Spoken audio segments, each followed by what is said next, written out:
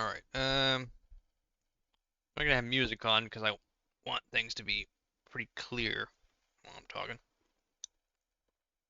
Um, don't know what to do about my bitrate. There is like, I'm pretty sure it's on the service provider side of things, so it's completely out of my hands. As per usual. As per usual. I mean, it's in the green on my side of it. I'm just hope it's okay for now.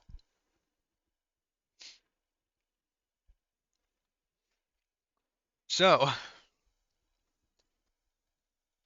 let me just pull up some things really quickly before I start getting into it.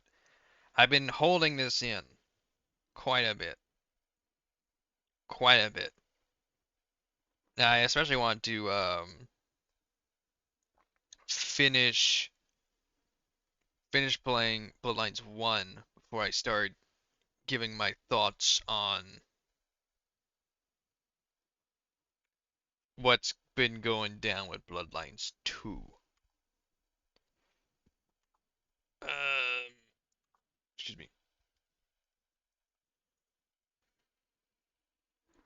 As we speak, I'm just pulling up news on anything that has to do with it.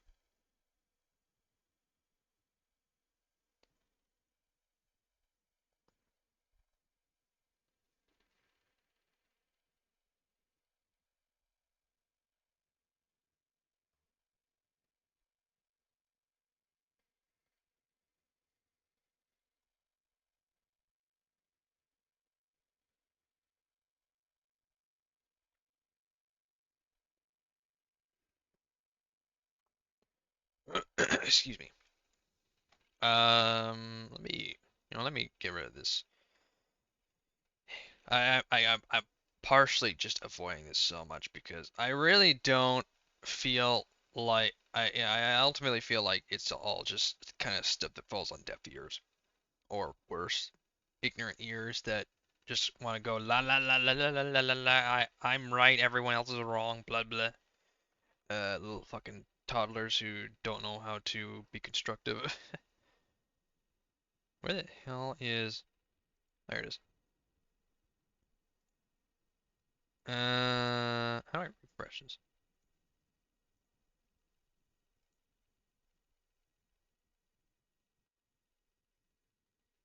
Shit. Dismiss. How the fuck did I get rid of this? Alright, clear. Clear. That didn't work.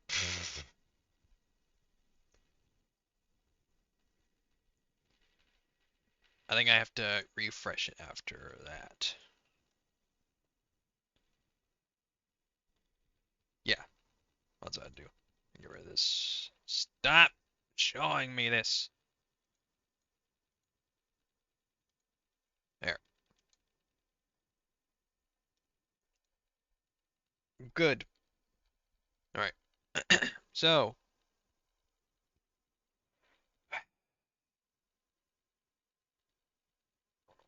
I can see I don't know if I'm gonna be using this audio. I just told myself that if I'm gonna be making this video, I just need to start talking about shit in my usual ramble energy. I might use this audio. I might have to redo it after. I might use pieces of it. I don't fucking know. I I I knew that I wanted to do a video on what's going on with Bloodlines 2, but in a sense of this is what could be done in the time that we have with it. So rather than whining that it's not what you wanted or it's not what you feel you were entitled to, or you feel like it's like a steaming hot pile of trash that is beyond redemption, blah blah blah, whatever. That we as a reminder, we live in a time where games like Mind's Eye exist and they are not quite finished in terms of updating. And yeah, honestly, they're not quite finished in terms of development either. Probably shouldn't even fucking launched. Not saying that's the case with Bloodlines 2 at all. I think we should keep in mind that Bloodlines 2 was in a rapid state of development hell. And I think we should even appreciate that the game that's out now is even out, let alone being as fun as it is for the people who are able to look past it not being exactly Bloodlines 1 or other kind of things VTM fans want.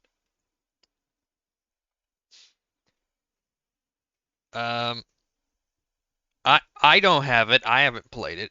And I have reasons for that.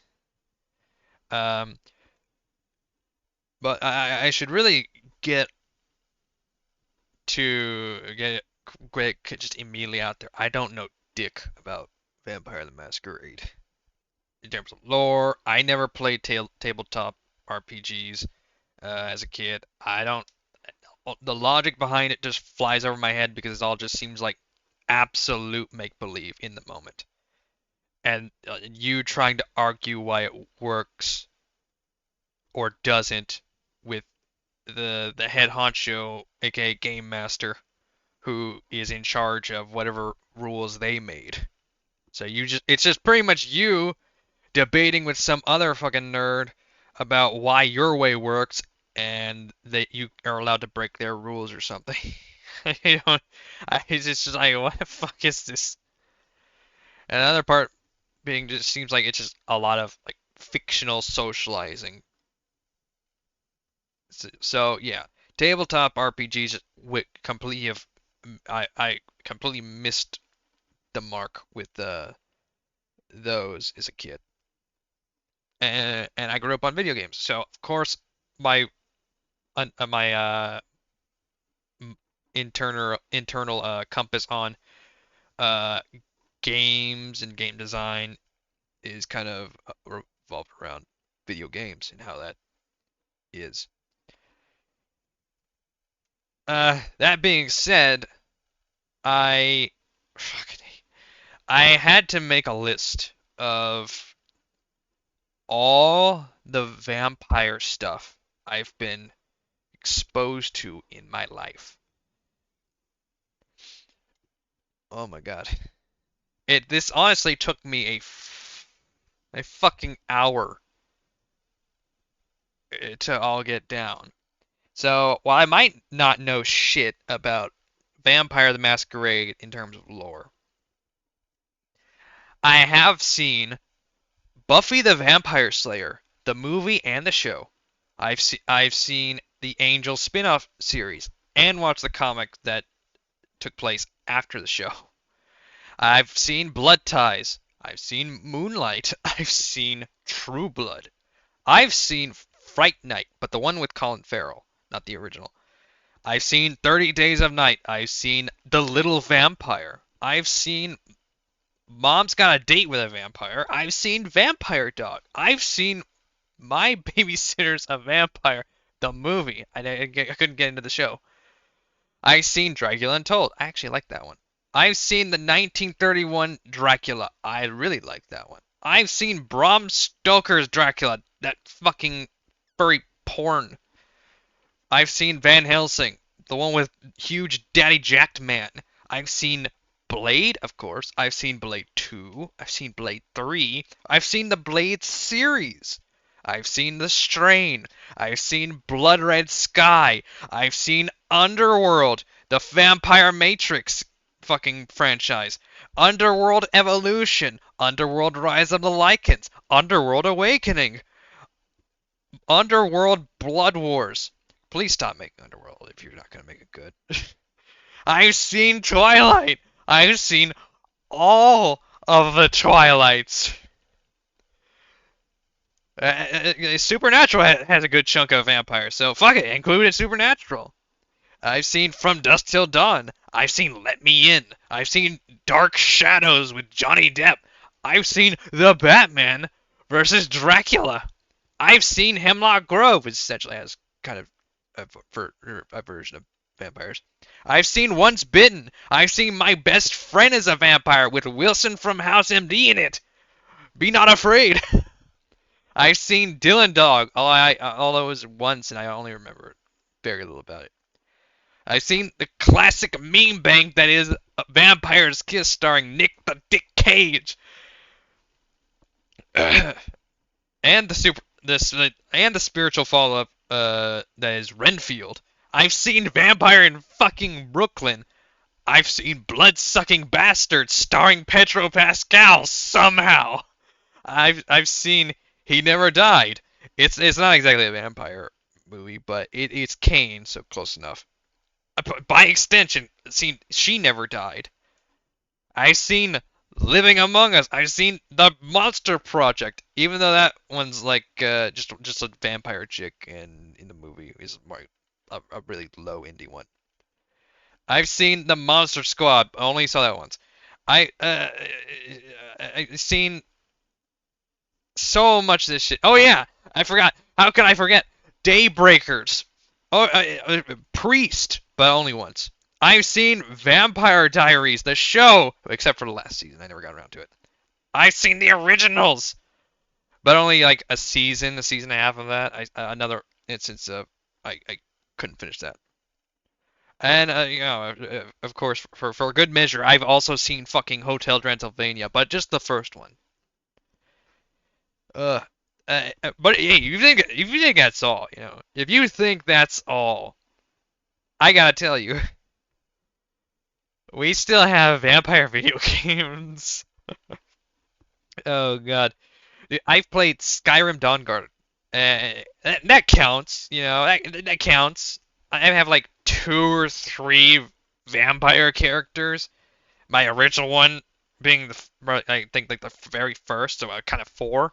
And that one actually glitched out in the Soul Cairn because I was a werewolf, just like roaming around in the Soul Cairn, and then all of a sudden I get this notification that I'm a vampire, but I'm still a werewolf. So I'm some fucking half vampire, half werewolf, Michael Corvin, Scott Speedman motherfucker. And this is when it first released on the 360. So it wasn't an exploit or anything. But there was a time I did use the exploit and intentionally glitched it out so that way I get the hybrid, which might be my 5th fucking vamp character. Well, technically 2nd at the time. And that was based around Klaus Mikkelsen from fucking Originals. Now moving on, Witcher 3. Still haven't finished Blood and Wine, ironically. There's that one vampire stealth game called Dark with the fucking voice actor for Geralt from Witcher. I didn't play it myself, but I watched a whole playthrough of it when it launched. I liked the art style. I thought that was cool. The concept was cool. Like the starting premise of it was cool, but I think overall it wasn't very good. Yet somehow it still got DLC. I played like an hour or 2 of Code Vein, just like there's the underappreciated game Vampire with a Y. Does anyone remember Nosgoth? I do. When I was a kid, I had one Blade movie video game back in the PS2 days. I don't remember which one it was, but that reminds me.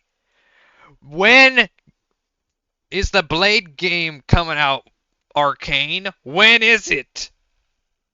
I watched a family member play one of the Buffy games. I played Infamous Festival of Blood. I played at least some of Castlevania Lords of Shadow 1 and 2. And of course, I'm currently playing Vampire the Masquerade Bloodlines 1 for the very first time as a fugly bitch Nosferatu, as the in-game personality test said I was born to be.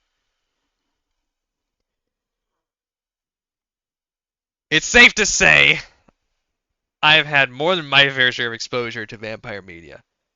Fuck, as I was making this fucking list and pulling all of these fucking memories of vampire media from my mental storage bank.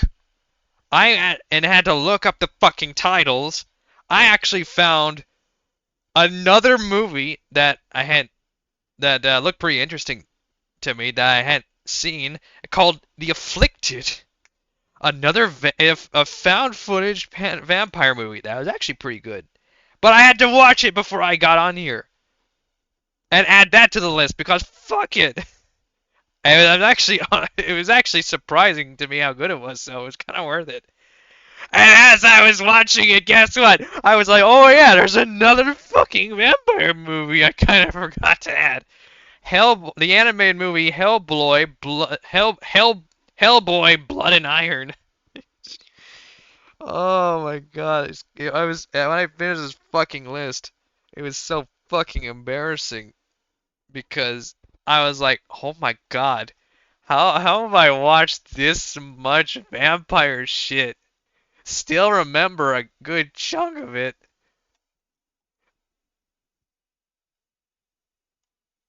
And Jesus Christ.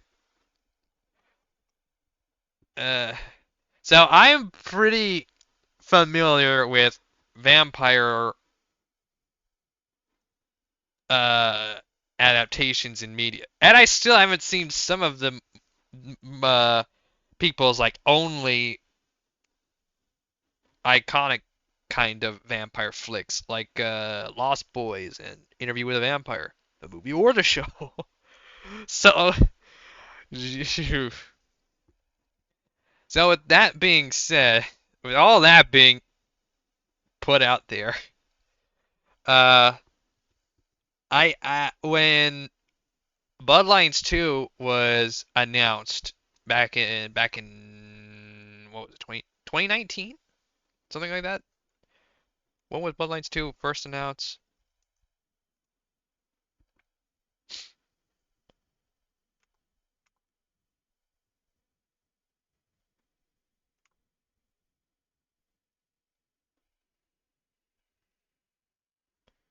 Um,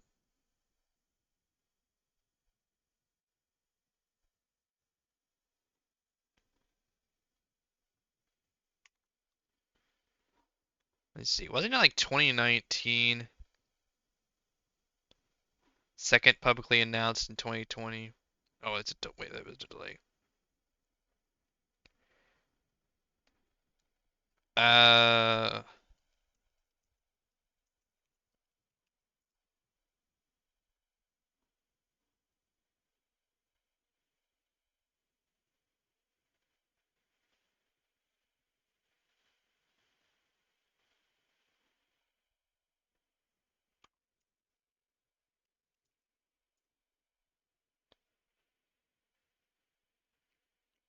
initially in 2019. Okay, so it was 2019. Uh, I followed that because it looked pretty interesting, looked fun. I knew the first game existed, but couldn't play it because I didn't have a PC. Um, I followed that up until it got handed over to the Chinese room, and then I followed the development of that. I would occasionally watch videos of VTM fans who wanted to just kind of talk about some of the lore for like clan stuff because I wanted to plan out, okay, what clan would I want to play when I get this game? Outstar, I think, was the main channel I watched for that. So I followed the fucking game and its ups and downs for the fucking 6 years of hell it went through. Uh, Fuck, man. Still kind of processing the amount of fucking vampire that I realized I had. And Chinese room ultimately getting uh put on to the project. What was it, like 20 2020 2021?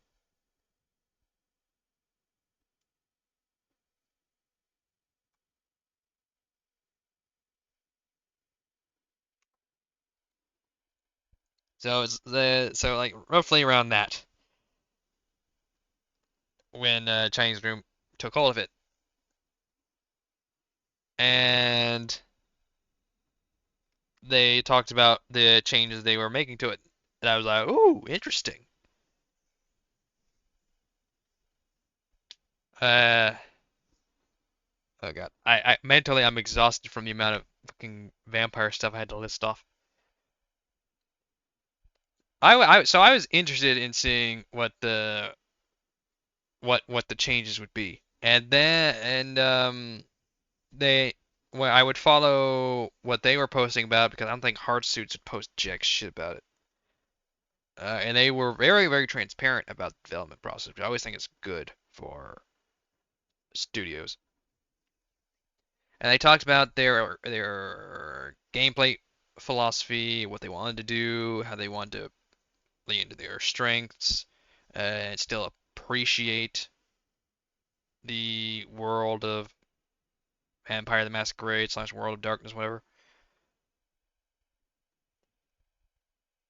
Um, and the thing that got me the most was saying that they were taking some gameplay inspirations from, say, Dishonored. I love Dishonored. I love Arcane games. Where's the fucking Marvel Blade game, Arcane? Where's the news on that? I can't let that go. Um,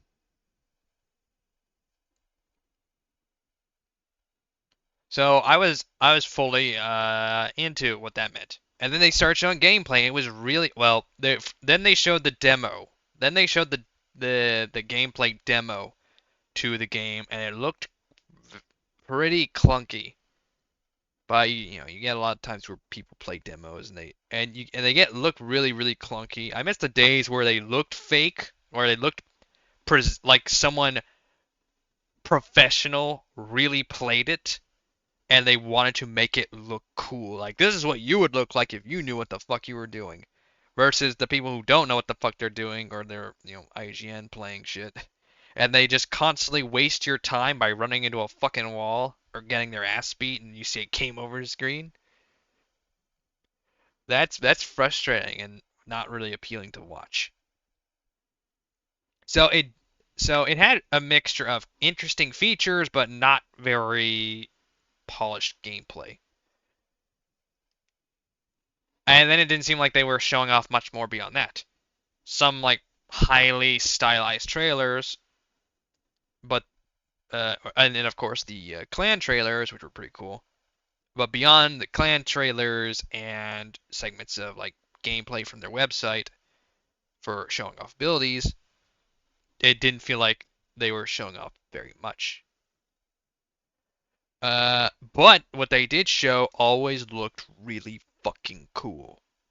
They would talk about the depth that they were doing for character designs, um, uh, their vision slash um, inspiration for when it came to clans, clan abilities, outfits, um, and NPCs like the cast of characters. They seem to have put so much fucking depth into that. I feel like whatever length of time you spend with the characters in the actual game is not doing the work done justice. It definitely feels like they put in a lot of effort in areas that either are going to be very underappreciated or ultimately don't make it off the chopping block. And that's just the nature of video game development.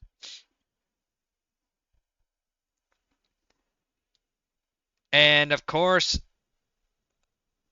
some of the criticisms going on, but for the game were made aware. But we live in a day and age where everyone's going to be complaining about something, even if it's like negligible. Uh, they're going to be looking for a reason to shit on something. They're looking for a reason to shit on shit. Plus, I can imagine that the Vampire Masquerade fandom is quite quite picky, like any other uh, crazy ass fandom. I'm sure they would have like some standards that were ultimately unable to be beaten.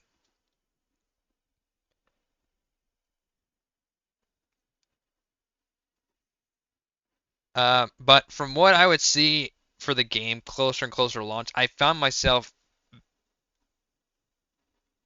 at a state where it was very difficult not to really like what I was seeing. It was very easy for me to go, okay, these are like the best bits, the rest of the game is not that great, or it's gonna be like probably not all there. And while I haven't played the game, I've watched enough of it from people playing it and asked people about it in like details of stuff that it seems like a very fun fucking game. And I've seen like mixed feelings on it. I've seen people saying like, "Oh yeah, it's a really fun game, but doesn't quite feel like Bloodlines." Or, it's a really fun game, but you know, doesn't have these things. However, the also acknowledging that the smearing of it is just kind of bullshit. Then you get people who aren't really happy about it for valid reasons, like maybe they're Vampire Masquerade fans and they feel like the lore is kind of being shit on. As a lore whore, I can respect that.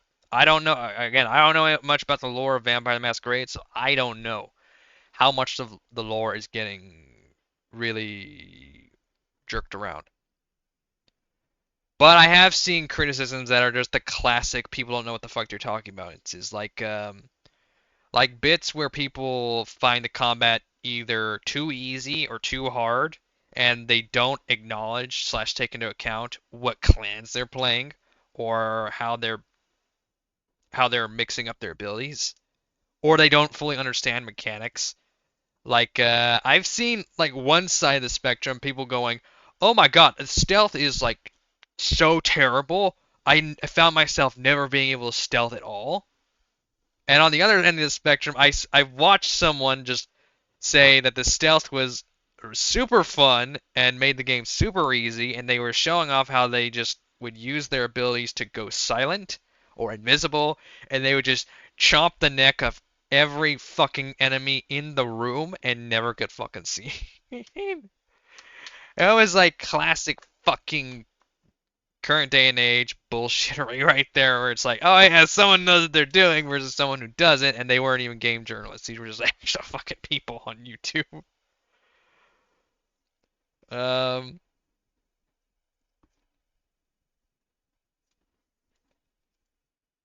I've heard the issues on the RPG element of it. It's like, oh, it's not an RPG.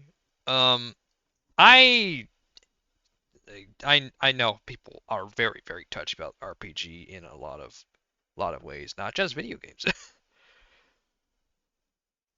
So I don't feel like there's much in debate for that because I feel like everyone has their own definition slash flavor of what an RPG actually is. But here's how I see it. Role-playing game, if you're playing a game that gives you a role or where you can define your own role, single player or not, you're in a sense playing a role-playing game. If you're playing Last of Us, you're playing a role-playing game because you're playing as a character you're not who's meant to be doing stuff in a certain role. But that's just how I see it. And then you get, but I also play other RPGs that they come from special areas where they were designed as RPGs, or they come from areas that weren't predominantly RPG and then started dipping into that, like say fucking Assassin's Creed. Assassin's Creed Odyssey definitely comes to mind for that. The RPG elements of that are very wishy-washy. But I digress. Some want to just completely say that Bloodlines 2 is not an RPG at all. I say that's probably a little heavy-handed because you get choices, dialogue choices. But like, a common thing I've noticed in a lot of RPGs are that no matter what dialogue choices you have, they unless they do something like dramatically different, dialogue option A, dialogue option B lead to the same response. It's something that's going on in my current playthrough of Bloodlines 1 where I tell an NPC one thing, they give me a response, and then I had to load back because of something with dying or had to check my graphics. And I pick a different option. They say the exact same thing as the other option I picked. So it just becomes more about a charm slash, you know, how you want to feel like you're talking to a character, even if they don't react any differently. And this is for a 2004 RPG. Fallout New Vegas, 2000, 2011 RPG, it's a similar fucking boat. So it becomes less about, oh, these actually do something different, and more about, oh, this is the kind of charm and mindset I can have when I pick that option. I can envision myself as having this sort of tone, this sort of like intention behind it, and how they react. I just kind of react accordingly or whatever. So that seems like just like one part, and another part being this is the one I at first was like this is absolute bullshit, but then start to realize that maybe people were talking about it differently. It's character creator. I don't believe all RPGs need to allow you to Dark Souls character create your own playable character and make whatever monstrosity you desire. Witcher 3 doesn't do that. Also, Assassin's Creed Odyssey, they don't allow that. You can only like choose the gender, but it's still one visible kind of character. Um, Cyberpunk's a special one because you can customize the character, but you hardly ever see them, and the character is always named V, following some still predetermined role. And while you can have some instances of third person, either through a cutscene or a mirror or little animations, or when you're driving, and then at like around 2.0, if past 2.0, you had the photo mode. It's still the same character, pretty much, more or less. Gangrel, you can just change his hairstyle. You can shave his beard. Um, so when I was hearing there's no character creator in Bloodlines 2, my brain was going to that and thinking that seems kind of irrelevant. I think it's okay it's not there, especially since that did doesn't exist in Bloodlines 1. You in Bloodlines 1, you barely have much in the way of clothing options. At least I don't, because Nosferatu, I can't find anything that isn't just gimp wear.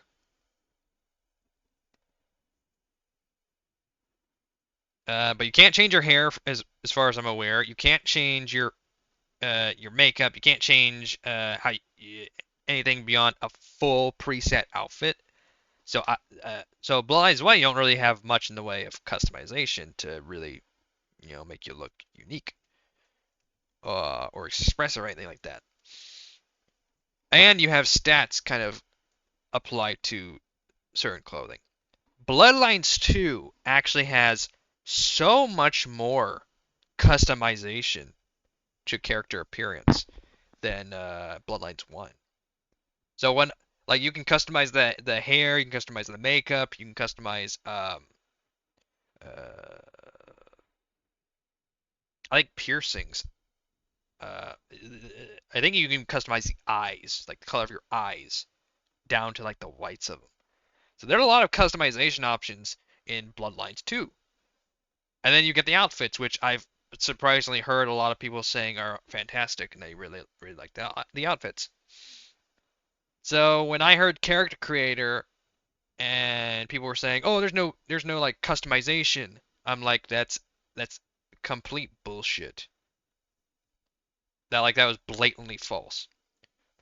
But before I was setting up to stream or like earlier in the day, I was thinking, "Oh wait, maybe they don't mean like Dark Souls slider face and what you can make your character look like. Maybe they meant the stats." Bloodlines 2 does seem to be missing the classic senses stats. Completely away with it. That I did not realize. That like I've seen gameplay, it didn't hit me. Oh shit, they don't have stats. You don't have strength. Don't have dexterity. You don't have stamina. You don't have any of that. I'm like, oh shit. Well, maybe that's what they meant by character creator. You can't really allocate any points into certain stats and affect what your character's good at. I can see that being very reasonable. Personally, I don't care for those. I've always found them to be just kind of boring because it's like, oh, I put 1 point into this, so I do a little bit more damage, or I do this a little better. I've always preferred it in ways where, okay, I put a point in this and actually progresses me further to be able to do something. Like in God of War 2018, I really enjoyed the stats system they had in God of War 2018, where you can unlock a skill, but if you put your stats up to a certain level, it not only increases the effect of that stat, you unlock a new effect for your skill. So I would just keep trying to spec into like strength, so that way every time I would use like an unarmed attack, I would get that the little like quake effect whenever I did a punch, so I could just feel that sensation of Man of Steel where I'm just like boom, and it just kind of imitates the beginning fight with Baldur. That I like. I like it when you put a point in or put points into a stat and you actually unlock something. So if I'm like, okay, I put a stat in brawling. Now I unlock the ability to RKO. That is more something I like, but that's more my preference. So I can see why people wished that were still in there, and we'll get back to that honestly. I'm just kind of listing off the things I've heard that people are kind of critical about. Um,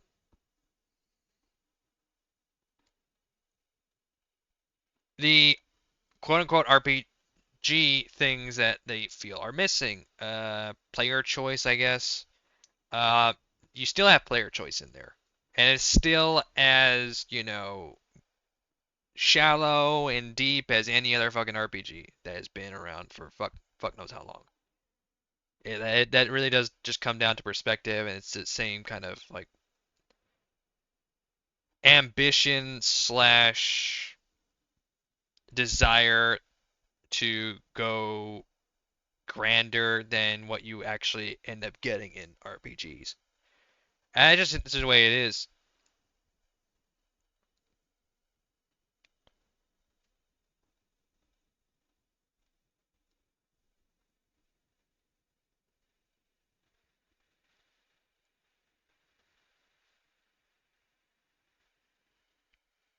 But how you play the role of the character. Like this is another like little petty thing I've heard people say. They don't like the name of the character. That might have something to do with lore. I don't know. I thought the name looked cool. I don't quite understand why people are so petty that they just try and pick on the name and make that to be like a major fucking smack in the face of the game. That just seems like more petty dumb shit. But again, it might have something to do with lore. I don't know. I feel like the role of the character you play is a really interesting take and a really interesting difference to the first game, because first game you start out as um, a freshly made vampire who is now just kind of learning their way through this world and kind of developing and becoming more of whatever kind of vampire you want to be, and experiencing all these like wacky and interesting shit in the world that is quite fucking big. While in Bloodlines 2, well, original Suit Labs Bloodlines 2, it was you were like the worst of the worst type of vampire. And the goal was to eventually work your way up to become a full-fledged vampire.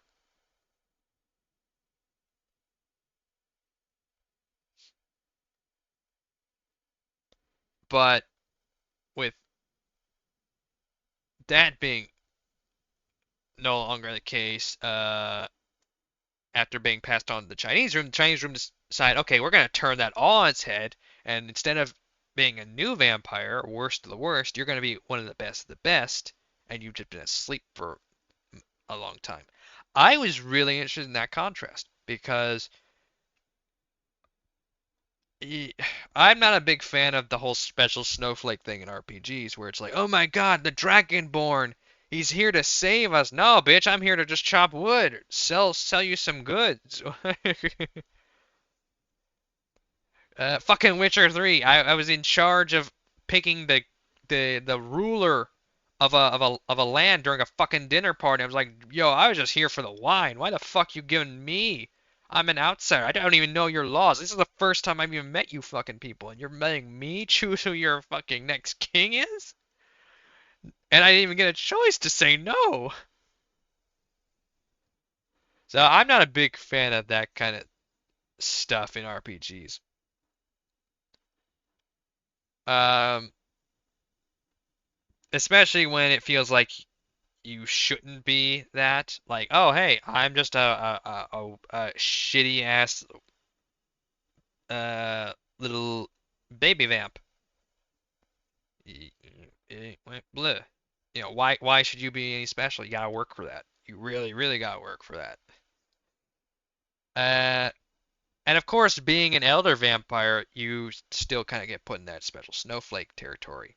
However, that kind of puts you in a position where you're supposed to be powerful straight out of the gate. That having its own kind of set of issues in one, an RPG game, a game in two, a game in general, and three, just in terms of balancing player experience. Um, and it seems like they kind of balanced that well. But of course, I don't know the lore, so I don't know quite how dramatic an elder vampire is supposed to be. Uh, Interviews with the team, I think at Chinese Room, has been that elder vampires, pretty much what a normal vampire can do, elder vampires turn that up to 11. And I think they captured that sense of elder vampire with restrained power, and them trying to balance it out with their like MacGuffin mark. So that way you don't immediately start out like level 81 Dragonborn right out of the fucking intro. That just is what that is. It just feels like, again, more excuses for, oh no, I want to just make a fresh character, design their own fucking toenail size, and then say what they are. Then again, this is also a post Baldur's Gate 3 world where you can kind of do that shit. You could do a lot of shit in Baldur's Gate 3. But we can't we keep expecting all fucking RPGs or like all games at all to be copying the same philosophies that Baldur's Gate 3 did. That's not fair. That's not fair at all.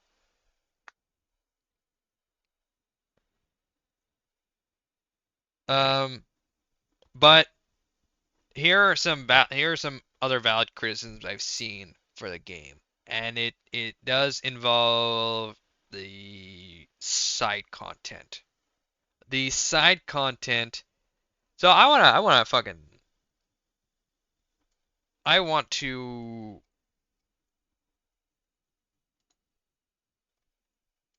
pull up a list of the quests in Bloodlines 2. Well, actually, that might be a little spoilery. Spoilery. Um, actually, I don't think they are. They're kind of just like kind of contextless sayings.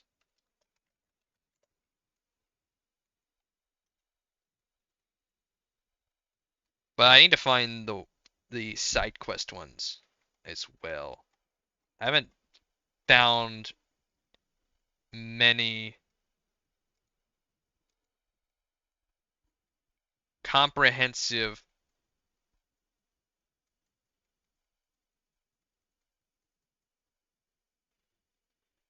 list of all the quests in Bloodline 2. Bloodlines 2, sorry. Um,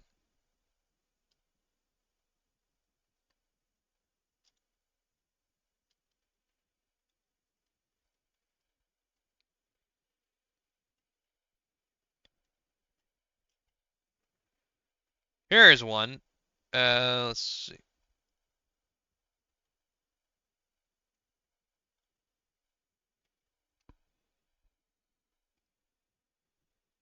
Let me see if I'm pulling this up.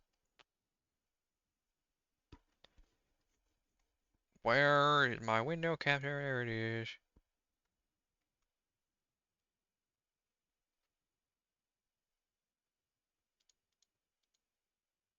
There we go. So we have here a fucking 21 main mission list. Followed by just like three types of side quest, which, I mean, I don't feel like it's that bad.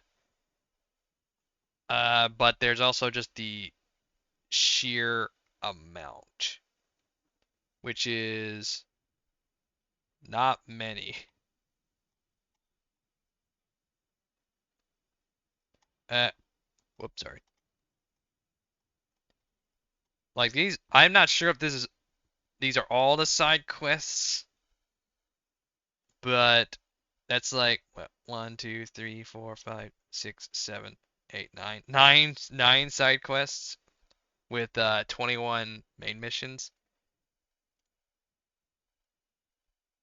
That's quite short. That is quite short. Meanwhile, Bloodlines 1. Bloodlines 1. Oh boy. Holy shit.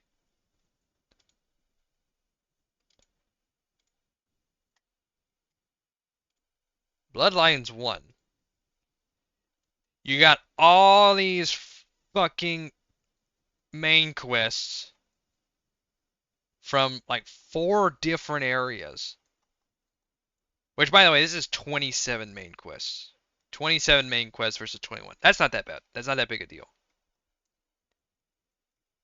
Of course, you gotta keep in mind, though, that main quests in Bloodlines 1 could last quite a fucking while. But I still don't think that's that big a deal.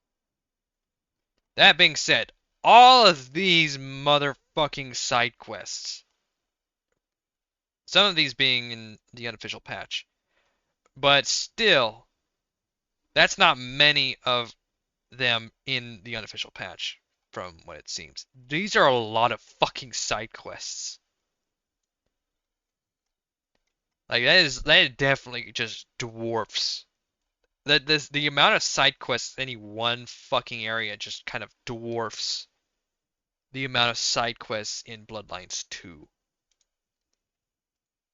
I can see that being a very valid criticism.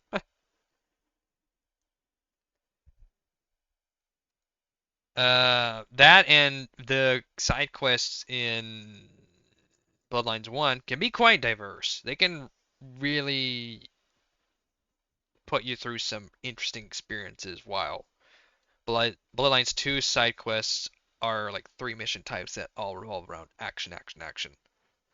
I can see the criticism of that, and I can understand it. I don't think it needs to be final though, and we'll get into that. Um, what else?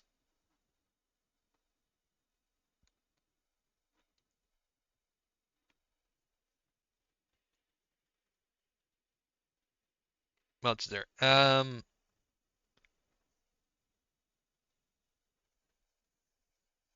Oh yeah, the Fabien stuff that's been on my mind. I really, really, really enjoy what I've seen of Fabien for the game. I've really, really, really enjoyed it. I think it's super interesting. I think it's super fun.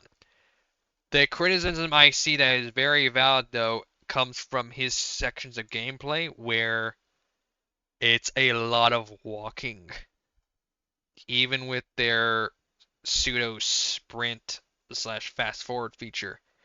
It's a lot of walking with not a lot in between points that you're going. Yikes.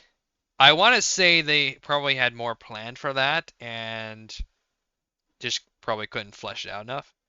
But also the World of Darkness channel on YouTube, they like to have a lot of vibe videos, like a lot of those like lo-fi study videos and shit. Or I think they legit just have a video of the map of Seattle and just looking at it, which is of course atmospheric as fucking great. So they might have just made that and gone, okay, you just want to walk and vibe with the setting, you can do that.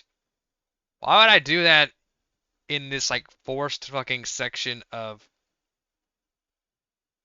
being a detective instead of just the rest of the main game where I can actually earn shit and just like come across something like, oh man, there's something to do, something to do. um,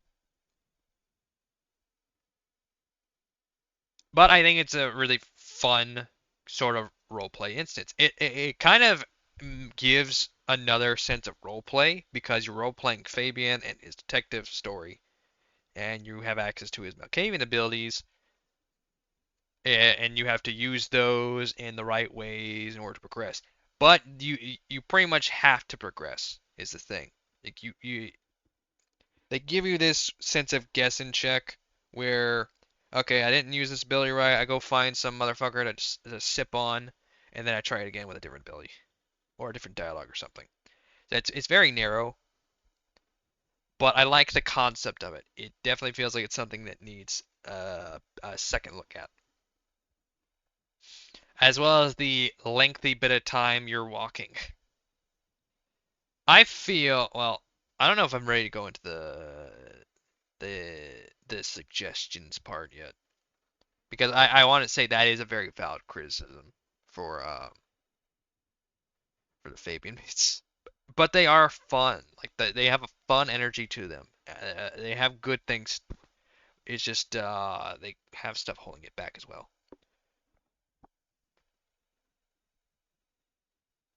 The side content for the rest of the open world, though. Well, I say open world very carefully. It's a zone of Seattle, and it's quite large. You find enemies on rooftops. I think it changes as the story progresses. The world kind of opens up a little, not opens up, like kind of see different kind of enemies. And you do like the same style side quests every now and then in between, going to trainers in order to get your new abilities. Um, and just doing like regular main mission stuff. The main missions seem like they're the most fun.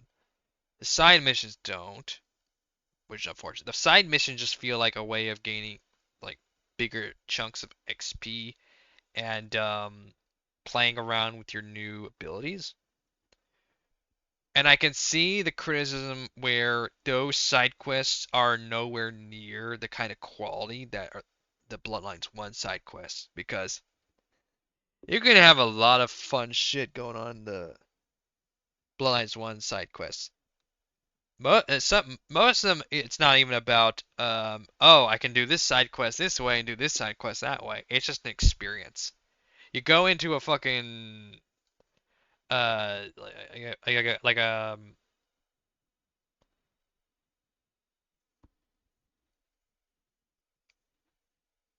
a, uh, an adult film store, and you're supposed to, get at this, like, hunter assassin stripper.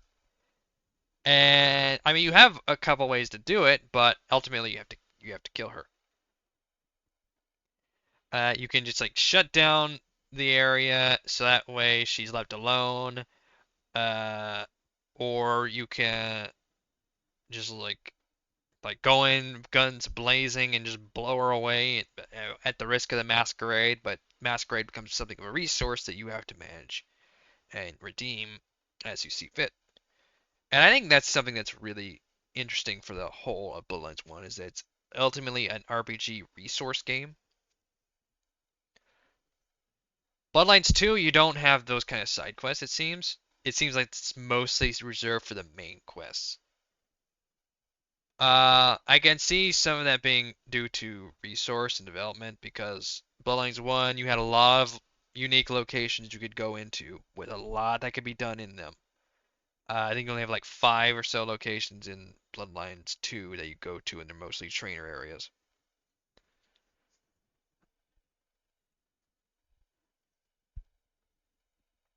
What else is there? And a lot of that can also change based off whatever clan you have. While the clans for Bloodlines 2 seem to be just mostly dialogue, and that's it. Pretty much like Cyberpunk, where it's all just mostly dialogue and nothing really changes.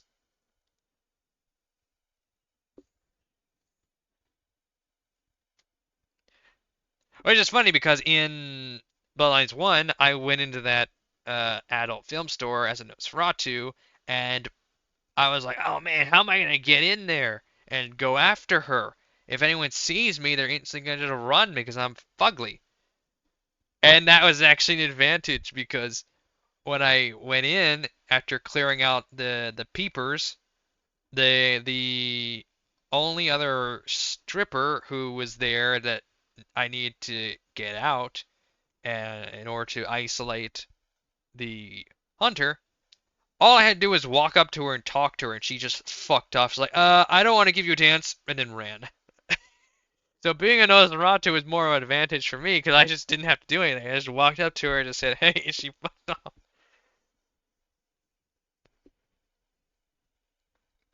off. But clans is another topic for Bloodlines too, of course, because you get a lot of people who are big fans of the fandom, and they go, oh man, I don't know how I feel about this clan acting like this, or I want to do more for this clan. Bloodlines 1 is definitely a game where it feels like you are stepping into not just a world of darkness, but a bunch of mini worlds for each clan, what they're about. Not even just the vampire clans, but things like other vampire like offshoot clans or whatever, or things that aren't even fucking vampires, like a goddamn gargoyle or what like some magical witch cannibal lady I'm not quite sure about yet.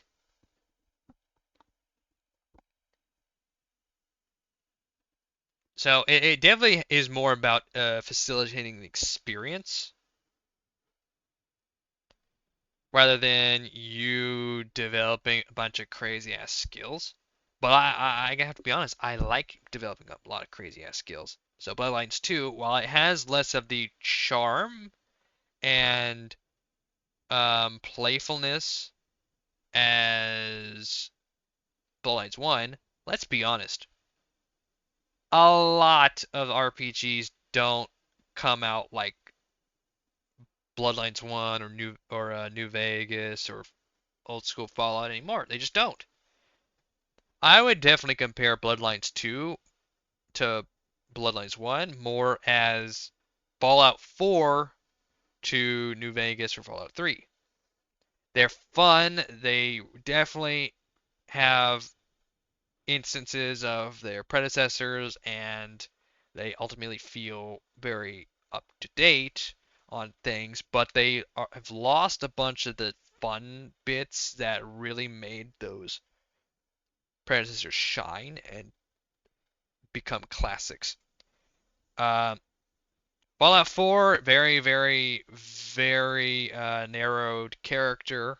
Um, the openness of the game kind of unraveling whatever sense of urgency that character is even supposed to be doing. Um, a lot of restriction, like most NPCs being fucking essential. Um,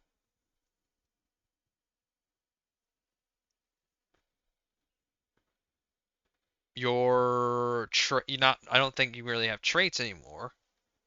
The skills being a little bit more streamlined in the sense of like Skyrim, but also because you don't have traits, you kind of don't really get much uniqueness in how you can play. You don't have the hallucination perk from New Vegas, or I think even 3, where you can just start seeing a bunch of weird shit.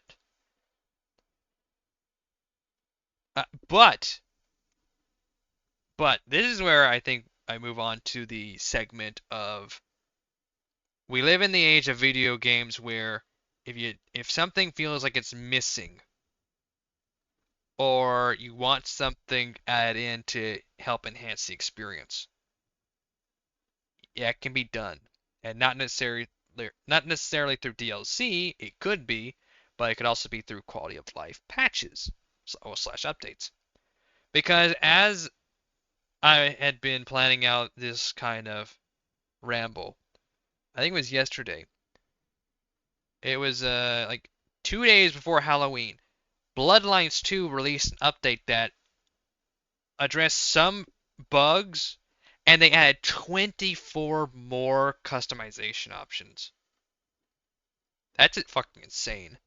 I don't think anyone's gonna appreciate that, but it's very fucking interesting that they managed to do that. It's probably some of the stuff they have on the back burner to release over the coming months slash next year. Um, but I think that's a good thing because it means they are fully committed to adding more to the game beyond just FOV slider that and manual save options that people are whining about. And the manual save option I can understand, but when you start whining that FOV needs to be something you have at launch, grow the fuck up. You'll be fine. Otherwise, just don't play a first person game. Like and not having manual save that has been an issue and really weird, but they have addressed that they're working on that directly, um, as well as the FOV. But I've heard the same thing with when it comes to New Game Plus, not for this game but other games. If it's not essential to the main experience of the overall game, it has to be held back for later. And I think that was it's a better option than just delaying the whole fucking game for the sake of an FOV slider. That's just ignorance. That's just not being realistic. Um, But this is what I want to talk about because for all the people who love to just kind of smear campaign shit these days, or have passed like fucking few years, it seems, and what I like to call the Dank Dynasty, everyone just trying to turn smear campaigns into some sort of TikTok because they're fucking bored. I know that the studio seems to be very committed to making the experience of the game very meaningful, especially with the kind of hell the game's been through for the past 6 years.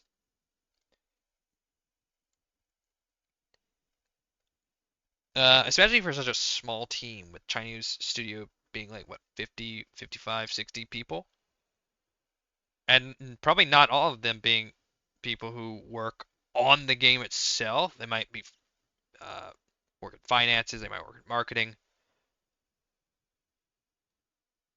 It's just that that that has to be very respected, very respectable to have gotten it out like it is now and have that kind of size of a team for a game like this, especially. But I feel like what they have their story pack DLCs coming out next year at quarter two and quarter three of 2026. So that's like at the soonest April, Aprilish. I wouldn't say it coming out immediately in April. Maybe like May, June-ish, something like that. Assuming they don't have to delay it, but probably not. I think that that gives them what like five, 6-ish months to um work on one after the other in a proper schedule while also working on stability and performance issues, while also working on bugs, and while also working on quality of life changes. I like to think about what can be done in that kind of downtime beyond just quality of life. Well, like the quality of life of it, sure, but like what can be added in to help improve the overall game. So I know everyone has their own ideas for this when it comes to games. Like, oh my God, you can redesign the whole game, blah, blah, blah, blah, this stuff like that, and they think that can be done in like a day. No, I'm fully aware that that game development is very very difficult. I've I've done my research and penned my own stuff, and I have on stream worked on Blender. I don't think I've worked on Godot on stream, but I have tried to mess around with Godot a bit. Um, I've followed development of games since I was since like PS3 era, PS3, PS4 era. So I can understand that it takes years, it takes effort, takes a lot of resource, takes a lot of time, takes a lot of knowledge to get even some of what seems like the most simplest things done. Like like the page on a menu, making sure everything's working properly and just is right where it wants to. Hell, my own fucking uh text adventure that I just have as a coding project. I have had to make a fucking formatter function just so that everything's kind of spaced out properly and gets the right amount of input. So it's definitely it's not stuff that's done in a day, but in like 5 to 6 months in tandem with stability, bug squashing, and working on small story packs, I think it's very possible to add like small additions to the base game and it really matter, such as the saying, what's it? less is more.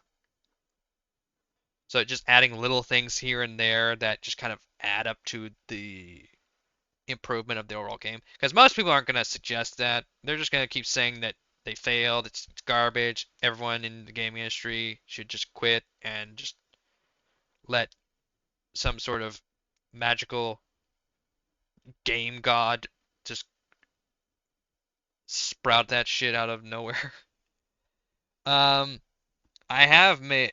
I like to think about this for movies, shows, video games. I like to think about um, the time constraints, the budget, and the manpower and the resources, and what they could get done in order to help improve uh, the product.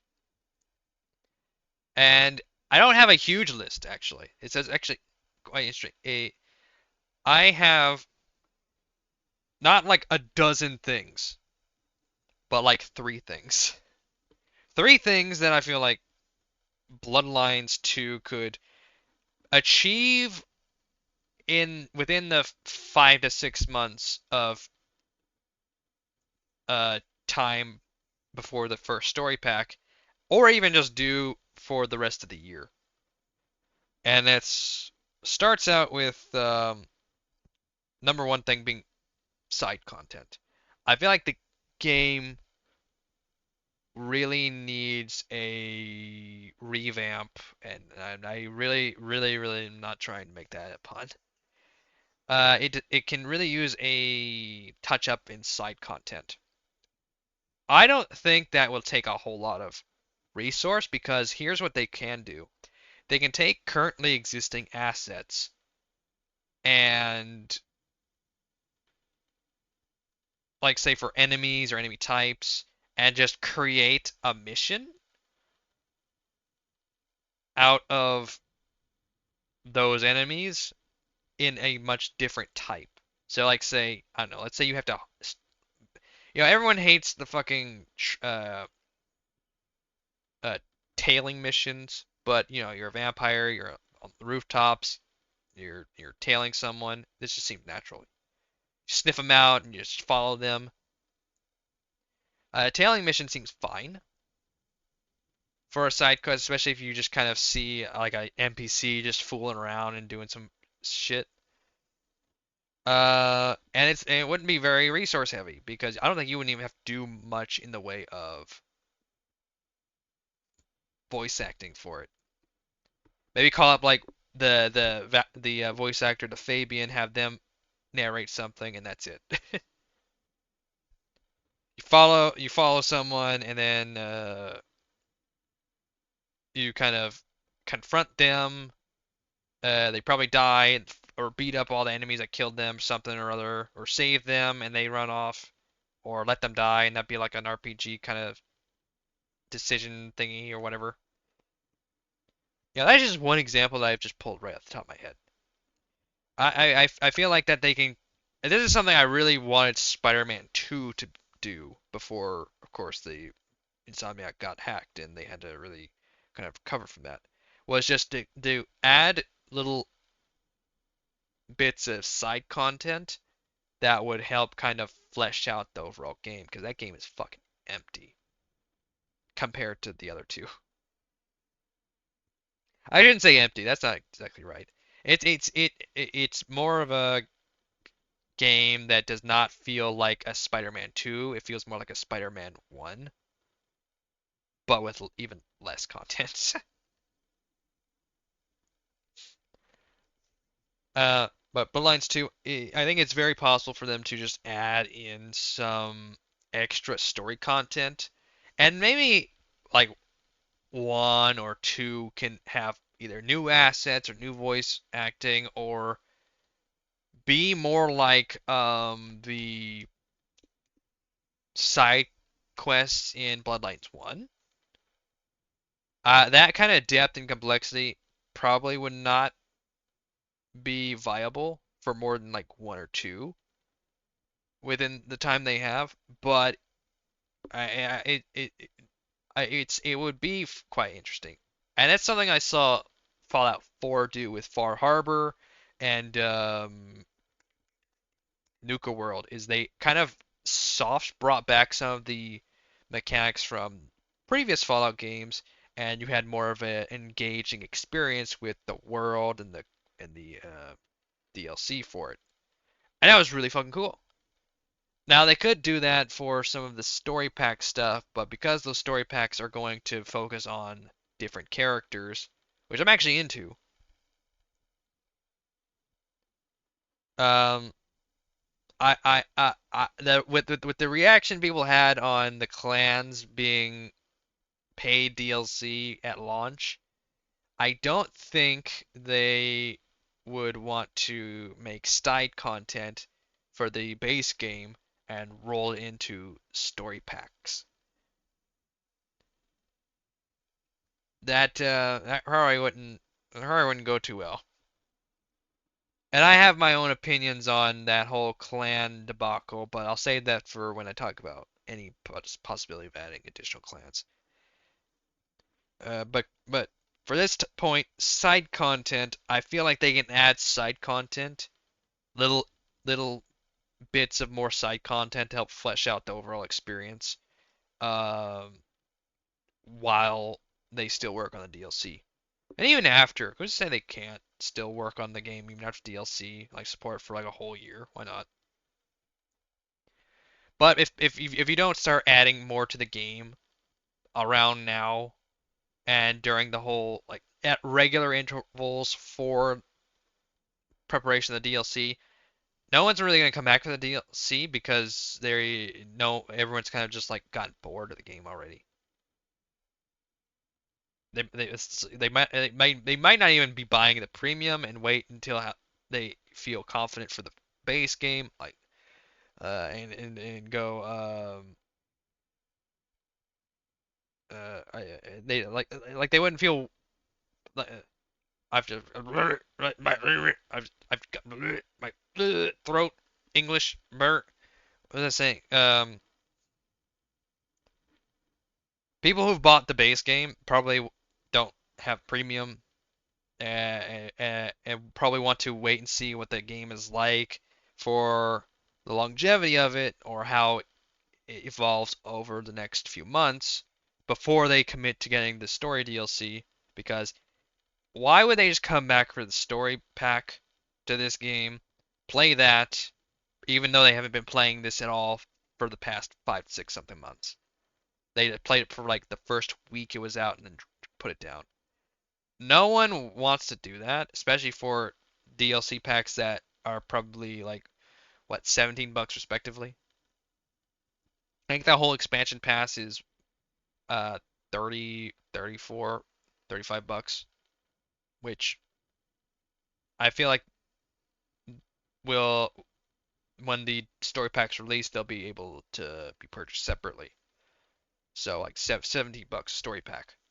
That should have a good bit of content, but I don't see it being that lengthy since they focus on side characters who already exist in the game. I could see it being something like Knives of Dunwall and Dishonored, but even that, um, well, that was essentially a soft second game. But I don't see them being able to do that over the course of the next few months. If they can, then that'd be awesome. That just shows how quickly they can get content out. And thus kind of supports what I'm saying right now is that they can just release side content. Um, One of the smaller things I want to talk about is the feeding, because I know that they really took into consideration the feeding. That's something that I've seen that people want to say that they have not really thought about things a lot in their development, being very ignorant when they say that, because there's a lot of detail that they have been putting into a lot of aspects of the game. Now, that doesn't mean they probably haven't thought about other aspects of the game that they probably should have, and probably got a little overly passionate about certain things, like their side characters that probably you kind of don't see very often enough. But if you really look at it, there's a lot put into the game with passion and consideration, and I really love that. Uh, and I remember during one of their dev diaries they were talking about the feeding. Something I'm kind of disappointed about. In Bloodlines 1, you have to be very conscious of how you feed. Otherwise, you kill the person you're feeding on, you lose a bit of humanity, and I think if they're innocent, you break the Masquerade, or maybe not. I don't remember exactly. Masquerade is another thing that might need to be touched up a bit in Bloodlines too, but um, from what I've been told, in Bloodlines 2, you don't kill anyone when you feed on them. At least not if they're not an enemy. If you lure a civilian over and feed on them, you get the option to cancel, but if you don't cancel, you don't kill them. You just kind of finish the animation and fuck off. I say do away with that and allow the player to kill the NPC if they don't stay conscious of their feeding. And I think there's a really simple way that can be done. I think there's a visual effect when you're feeding that kind of adds like a filter and some color vibrance to it. Make it where the closer to death you are draining that person, the more intense that effect is to, like, say, getting a dark red right before they die. That will signal to the player, oh shit, I need to hit cancel or else they're going to die. And that can also affect how much of your special resonance you're getting, I'd say. So it's like, oh hey, I'm draining them just close to death. That means I got the most possible resonance. But if I go any further than that, they die, and that's kind of a consequence on me. I think that's really a good idea. And very easy to implement in with everything considered. Um, daisy chaining off of that, though, is kind of the masquerade system. That's a complaint I've noticed a lot of people who aren't familiar with the fandom kind of having about it. It's like, oh, I hate the masquerade. It's like it kind of punishes me for being like, a loose cannon on the streets. That's kind of the point. Some of them have been aware that that's just kind of part of the world, and thus it's a preference they don't like, but they still label it as a con for the whole game in general. Which, just I don't like shooters, but I'm not gonna blame the shooter for having a gun. So.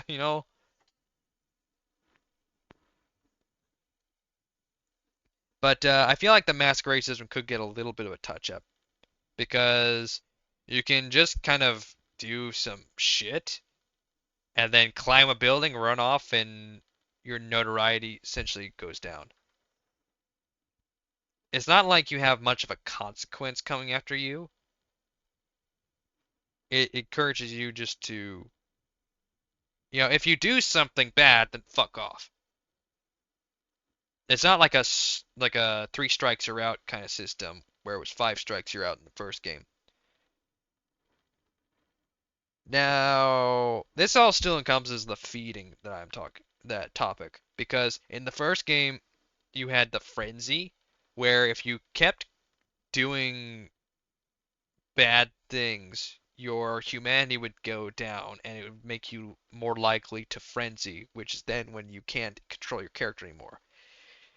That's a complex feature that I wouldn't see them adding to the game because that would mean your character now is in control and just doing some shit while you don't have control. A lot of ADHD brain people are not going to want to set their controller down for like a minute or two while their character is getting themselves in more trouble and possibly even dying. So I can see why they didn't include that system. I still like it, but I can see why it's not there. How, but but it also takes away a sense of consequence. So if you just kind of haphazardly feed and you just murder a bunch of people, and you do that in the streets, it doesn't matter. You just run away. it's very similar to the whole lack of a wanted system in Cyberpunk. You know, everyone was like, well, "There's no police presence. I can just do whatever the fuck I want and run away, or not run away." And then they added the wanted system, and they added the SWAT system in Cyberpunk. So where if you just keep doing the crazy ass shit you're doing, you're just gonna be fighting a wave of highly powerful enemies.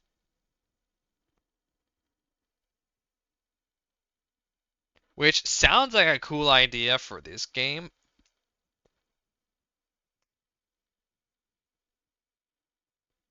but that's where you start to go into a higher level of that would take more development.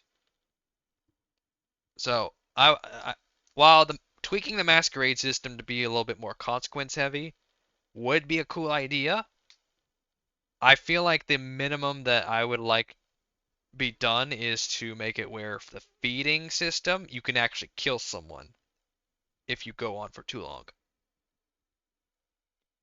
I think that that can be implemented uh, in a fairly short amount of time. While tweaking the Masquerade system, that probably I don't know enough about the game rules, so I wouldn't be able to come up with that. That's like just a this is absolute minimum shit that can be done in the time span that's realistically achievable and can add to the experience. And number one was the side content. Number two is the feeding system. Number three is Fabien. I overall everyone just kind of admits that the Fabien segments are really drawn out, unfairly so.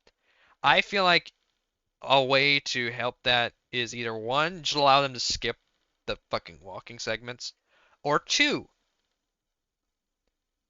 this can be done in a sort of way that is a little bit more development heavy, but I feel like it would really be interesting. I think that Fabien should have a little bit more he can do because if I were a part of the game, I would want people to go, "Oh yeah, finally I can do some more Fabien stuff." So when they know it's coming, they're excited to get to it. In order to make that happen, you have to either deep dive a little bit more into the RPG elements of the previous game, where he can do a bunch of sandboxy shit, or you kind of bring over some of the gameplay elements of the normal gameplay loop because Fabian's a fucking vampire. So he can still do a bunch of the stuff a vampire can fucking do. He should still be able to run around. He should still be able to punch people. He should still be able to engage in combat. And it give people that sense of, oh, I'm a Malkavian using Malkavian abilities. Even though they're not combat oriented, they still have some leeway where if tweaked a bit, they could have some combat implementation, but it'd be more like playing with people's minds. Like, oh, I'm your ally. You don't see me. Or be more stealthy. Who knows? Oh, you didn't know I was here. But that's more like one of the other abilities where you can just get the make the enemy forget you were there. Uh, and this kind of goes to a similar thing where everyone wants more clans or they want their favorite clan to be a part of it. Something like this, but staying on topic with Fabien, I feel like Fabien should just have a little bit more to do during his segments. Or you just could, quick immediately skip the whole fucking walking bits. That would make it less of a tedious aspect of the game that is obviously meant to just kind of draw out the time for hours spent. If he can at least traverse the fucking rooftops like Fire does, which I don't think he would because I think Fire's ability to glide is exclusive to Fire. At least Fabien being able to just fucking parkour around seemed fun. Hell, you could even do some fun shit, which is another instance of being more development heavy, where because he's a Malkavian and because he's a bit of an unreliable narrator and it's his own fucking memories, you could make it where in a combat instance, he just spawns an elephant. Because why not? He's like, and then a wild elephant came charging in and crashed through everyone. And it would make complete sense because you can't really believe what the fuck he's recalling. Or who knows, maybe it was an illusion that he conjured up. How are you able to fucking tell the difference? That would be really fun. So that ranges from a little tweak to his levels to make them less tedious to giving them a little bit more to do so it's still fun and engaging and diverse for the player to experience, or you go really up there and it just becomes like a totally different mode for the game, or it just kind of flips itself, kind of like in Arkham City where you could play as Batman or Catwoman, um, even post game. And I'm not going to talk about post game for Bloodlines 2. I don't feel like post game is necessary. I'm someone who loves post game, so if I'm saying that, it's just if you can make it work, then cool. But if it's not necessary, then a lot of classic RPGs they kind of stopped they didn't have post game. That we started seeing post game more often, uh, with like Skyrim and Fallout 4 and things like that. Uh, so those are like the three main points I feel like they could achievably they could realistically achieve in their 5 to 6 months before the first DLC is adding some more minimal side content that at least fleshes out the game, gives you more to do, gives you more experience, uh, and can even reuse the resources they have, just tweak them up here and there. They even get some voice actors to add some lines in for added diversity. The feeding system, let people kill when they feed on NPCs. Sure, you might have to add some sort of consequence to it, but it'd be very, very easy just to tweak it where, okay, you don't cancel in time, you just bled them the fuck out. Maybe, I don't know, maybe a cop like walks by or something, or maybe they had a life alert. I don't know, it's just whatever. Maybe you get like some vampire sheriff coming after you, like, oh hey, you killed an innocent. I'm gonna I'm gonna give you spanking. Something. I just at minimum get rid of the limitation to not kill civilians by feeding on them. And then Fabien is just like tweak his aspects, tweak him in some way. Anyway, I have a couple more though. I have a couple more things, but that was like the minimum of what can be done to the game in the time span they have. But it's very possible they could make more happen if they really push. I just don't want to be under that kind of stress because that can create more issues than solutions. But uh, a couple of things I kind of brainstormed was kind of relative to an issue I've heard people talk about with there not being like a loot system. One, ew. But two, I don't think they really mean loot system. I think they mean resource system. You have potions, but those seem very meh. You don't really gain much resource like in the first game for taking on enemies or purchasing anything. You don't really purchase anything. You don't have currency. There's nothing for you to get. An idea I had was related to the potions because I thought the potions seemed like kind of a weak aspect. They're just there to kind of help you make the game a little easier. I started to think, why don't they make it a little bit more kind of like Skyrim or Final Fantasy 15? Probably Final Fantasy 15 being more of a better example, where you can get a resource, blend that with another resource, and get some sort of effect of a potion. I don't know how that actually is in VTM lore, if that's only like if that's a very taboo thing or whatever, but just from my brainstorm, I think that's a cool idea. Like let's say you have like 2 or 3 slots to craft a potion. So you have this one resource that you get from a certain type of enemy or from random enemy encounters, something that you can just earn and pick up, or go to some vendor and buy, and you kind of spec out in advance, or it gives you the option to play around with something. You get this one resource, and let's say when you consume it, uh, melee attacks cause enemies to bleed, so they'll take damage over time for bleeding damage. Oh, but vampires wouldn't do that. That's a waste of blood. That's a waste of a resource that they find quite vital. Okay, well then here's the thing.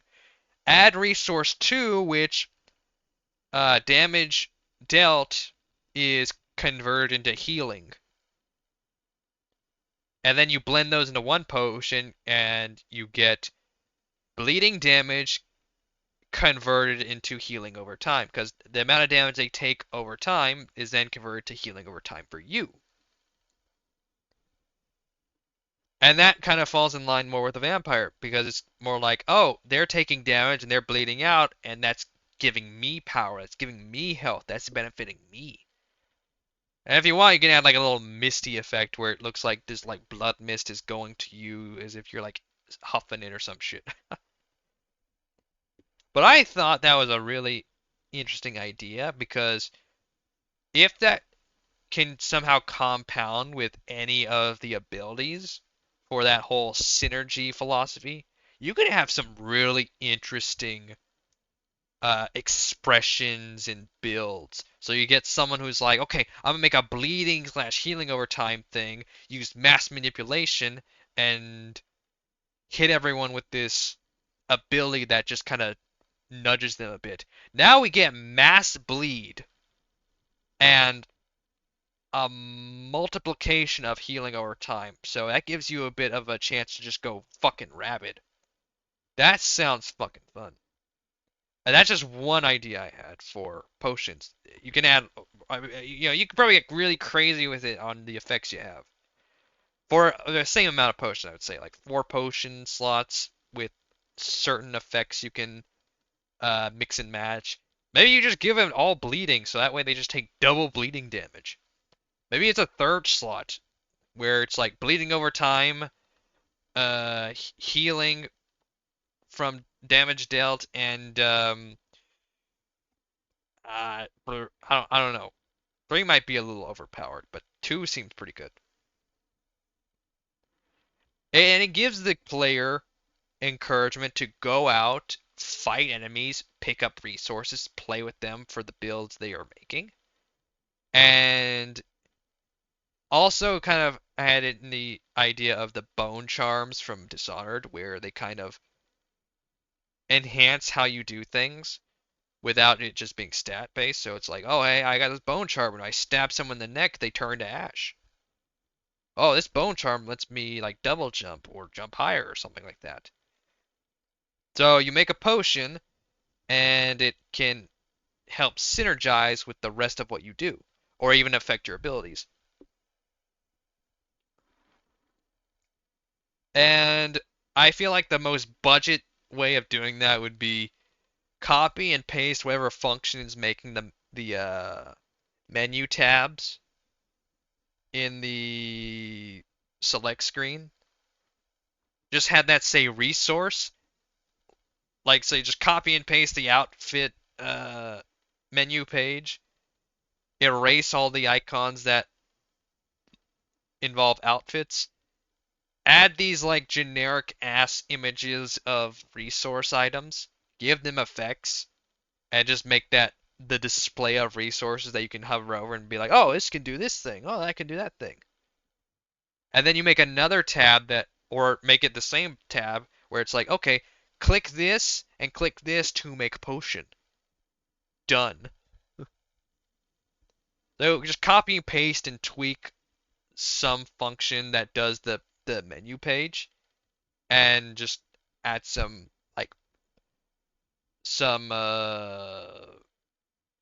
behind curtains uh code logic for it.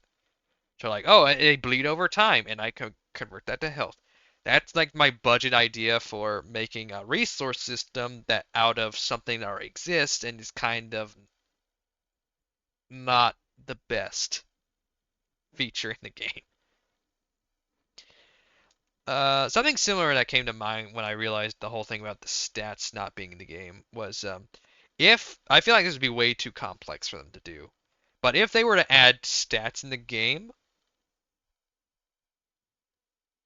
I feel like that would have to be managed by something other than skill points, of course. But however way they would do stats, however way that would possibly be done, having stats, go fuck yourself.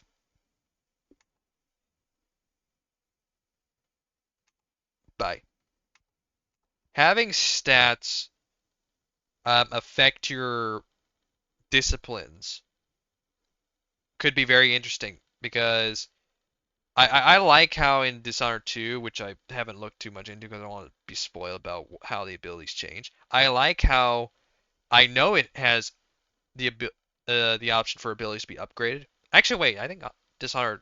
Oh yeah, Dishonored 1 you could upgrade abilities to different tiers as well. Oh shit, forgot about that.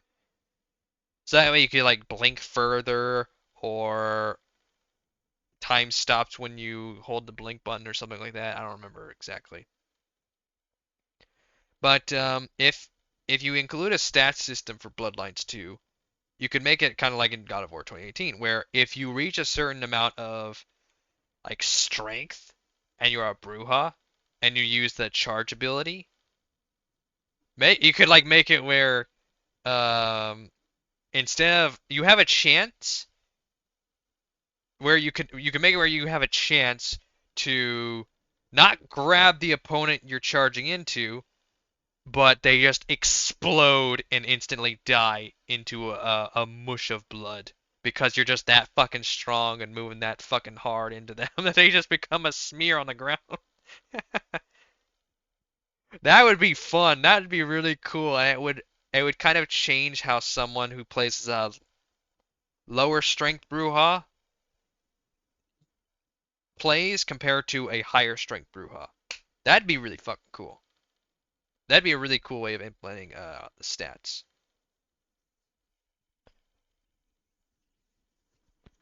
I don't. Another one that came to mind was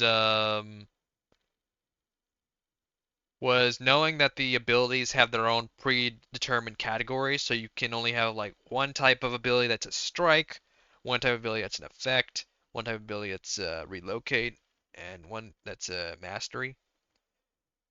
So you can only have one ability that affects their mind. You can have one that just directly hits them, and then you can have ability that where you can move around, and an ability that just does something else but better. I don't remember which clan is the bladed hand one, but my brain is kind of set it up to what goes on in the Shadow of War game. So if you were to have a certain stat to a level, or maybe this is a potion even, like the stats and potions I feel like could really be uh blurred in this aspect. But you make it where if you use bladed hand to chop some motherfucker's head off, there's a chance that some of the enemies get melancholy, and I think that's the status where they become afraid and start to run away. That way you can apply a loadout to where your effectability is like say taunting people and making them attack you, but your bladed hand will have a chance to make other people disperse and be afraid. Like when you do the brutalize animation in Shadow of War and it causes a bunch of orcs to run the fuck away. That gives you a lot of stuff to do because it kind of keeps some enemies away from you and busy doing something else, which is being a fucking afraid, while you're kind of focusing on fewer enemies. And then you can just use like taunt to flip off some other enemies and they just come at you while the other enemies are running away. It's like you're just taking advantage of the chaos. Another one being the one where you can just cause an enemy to aggro their friend. So you get one enemy who's running away in fear, and another enemy who's running after that motherfucker like it's some sort of uh cartoon where they're trying to beat the guy to death. It's it's, like you'd have some fun shit with that. I really wish these didn't seem so development heavy because they sound really fucking fun. And they are on the upper end of being development heavy. So that's why I don't have them as the minimal uh less is more to help kind of bring up the game.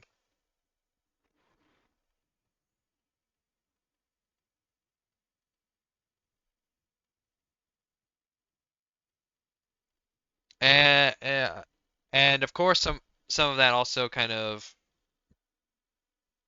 the thing I was avoiding was clans, more clans. I'm about to say something that's very, very, very controversial that people are going to fucking hate me for because but I have to be on I have to be honest about it and I have to be honest about the reaction I had when this was announced as well. When they announced that the two clans, the two DLC clans were going to be available at launch, but you could pre-order the premium edition to get them immediately, and they weren't part of the base game. I was like, ooh, that was a that was a move.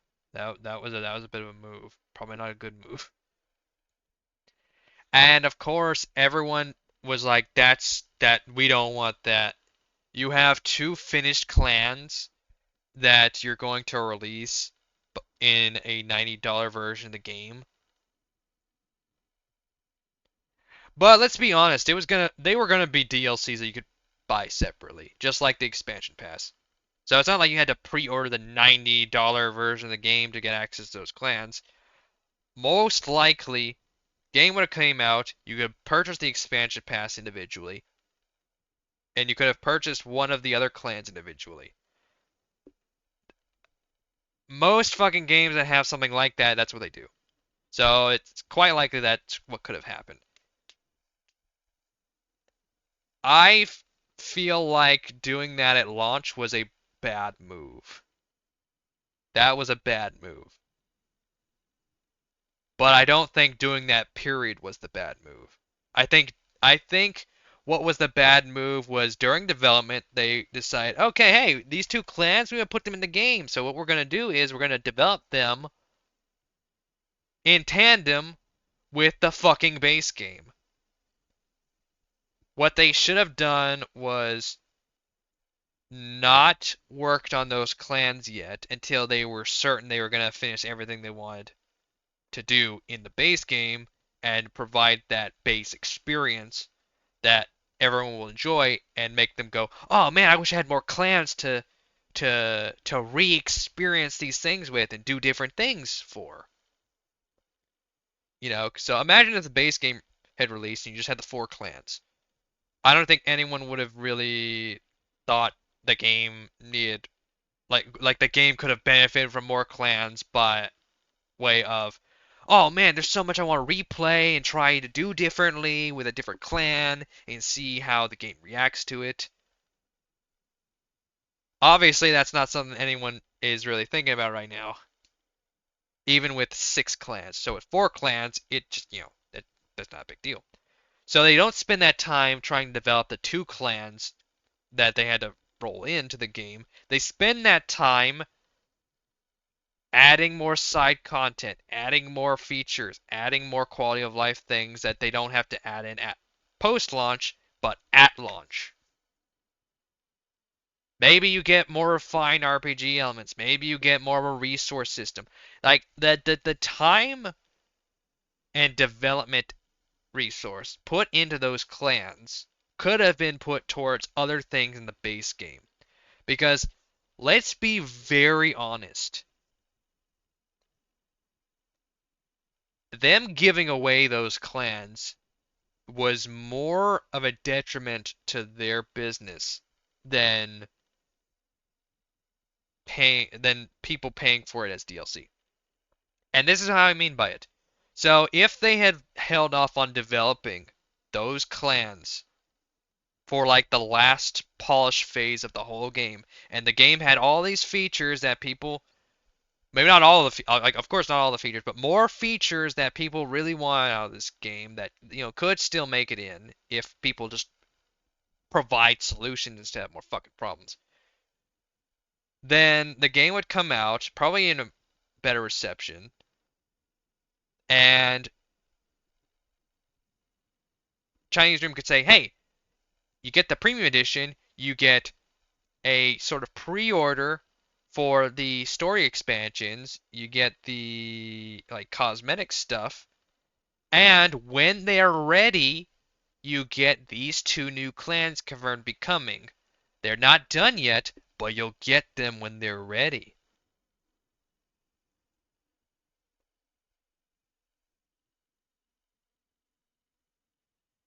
I think like giving the base game a pay decrease and keeping the $90 value for the premium would have been really good for that. So you would have like, what's it, like a 40, 50, 50, $40 base game and $90 premium, which is, it's almost twice the base game. But for story content, like two story packs that should hopefully amount to about the same size of content for the base game, with two clans. Now, what did these clans actually fucking add? Let's be honest. These clans add their own series of outfits, which, by the way, is its own feature. Outfits allow you to kind of interact with NPCs and more easily sway them into areas to feed on. But you can just like affect them with your abilities, and that also works. That's another option. But that doesn't ignore the fact that outfits do have some sort of world-based feature to them.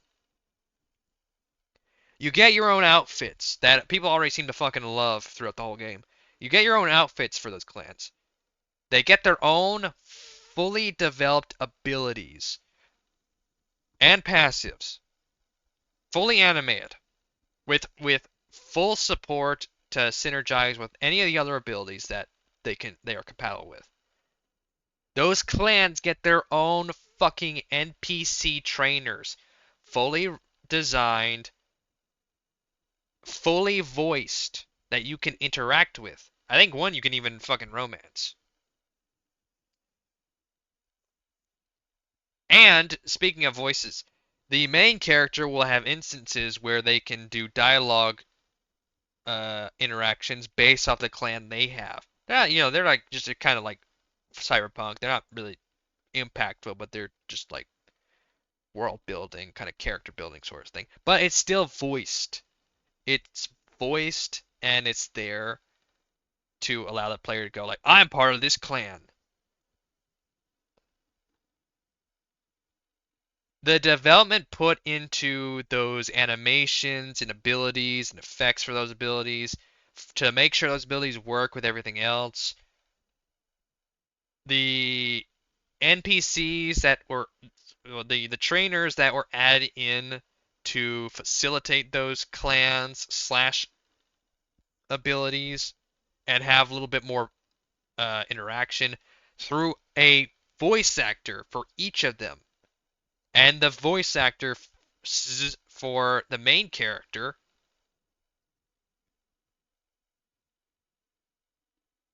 uh, being accommodated for those clans.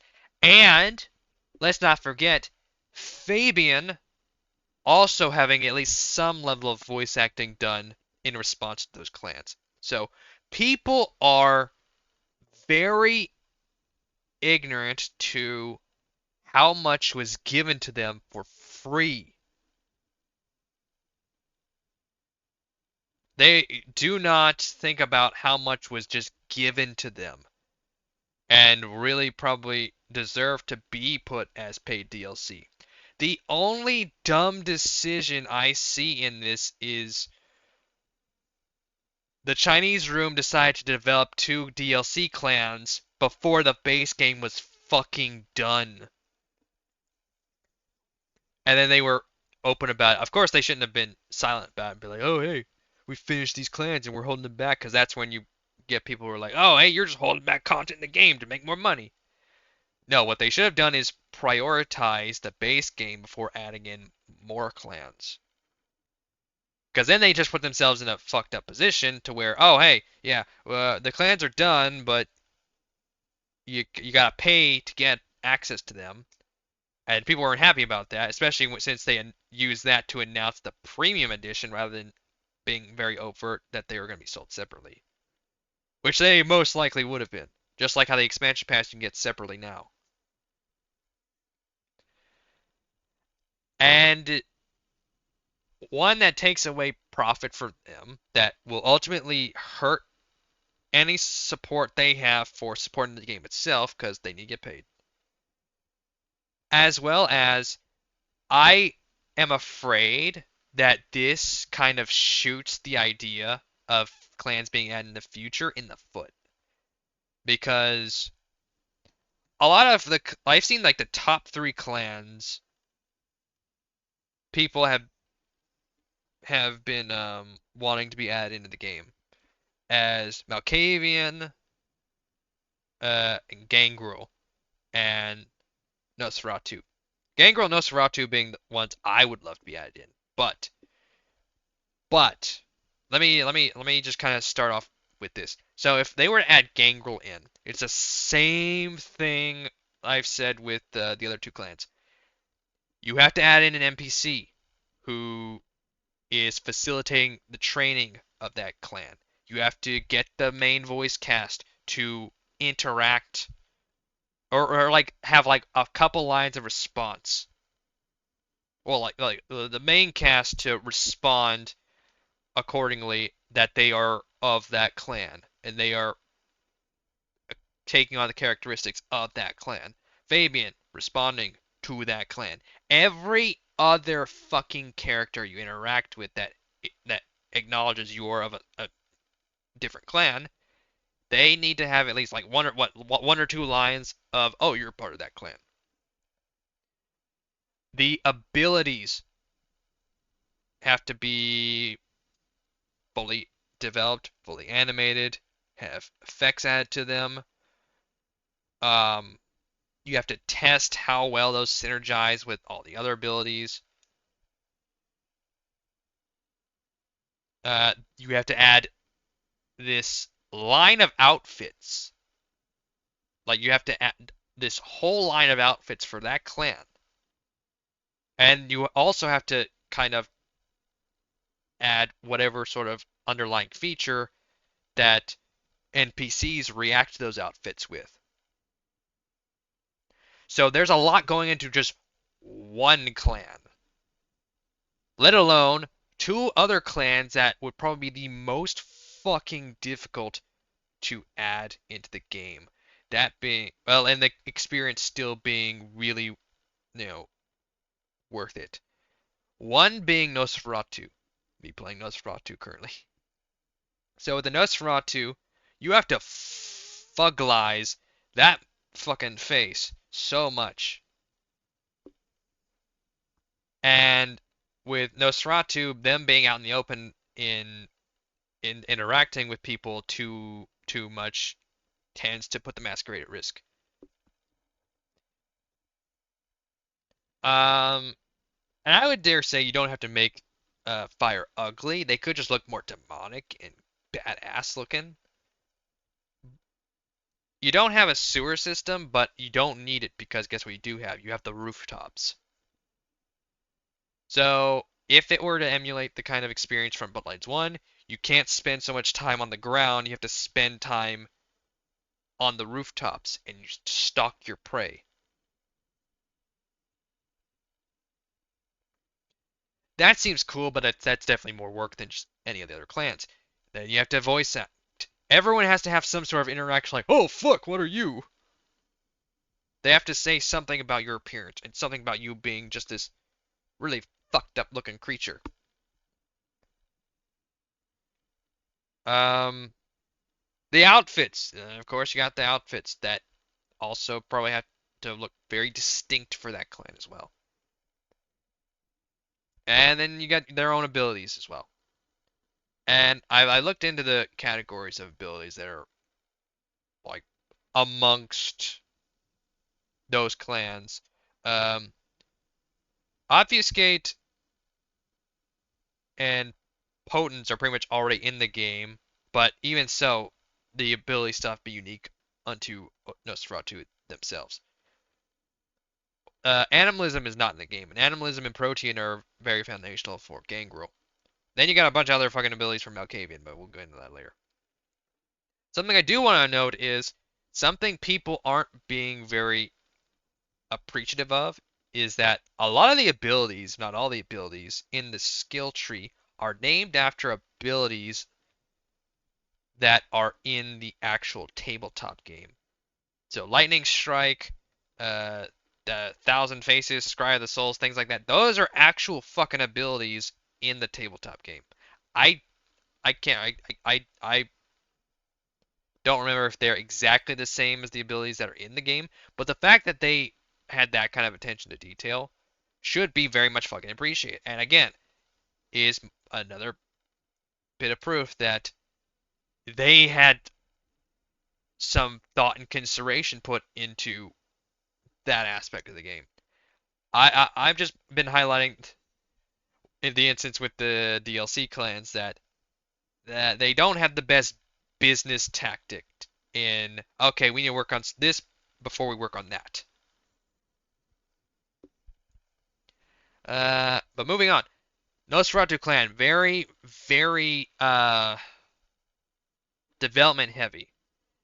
Malkavian though, that one would probably be the worst to work on because while you could go the route of someone like say Fabien, who is a bit more he's a bit more uh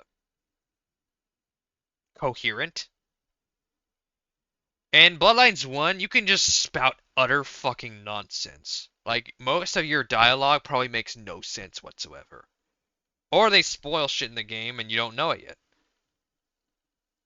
That's kind of cool though. Is like you don't know what's nonsense and what's prophecy. Um, you probably wouldn't be able to make that work to the same degree in Bloodlines 2, but Fhyre should at least be able to seem kind of psychotic, especially as an elder.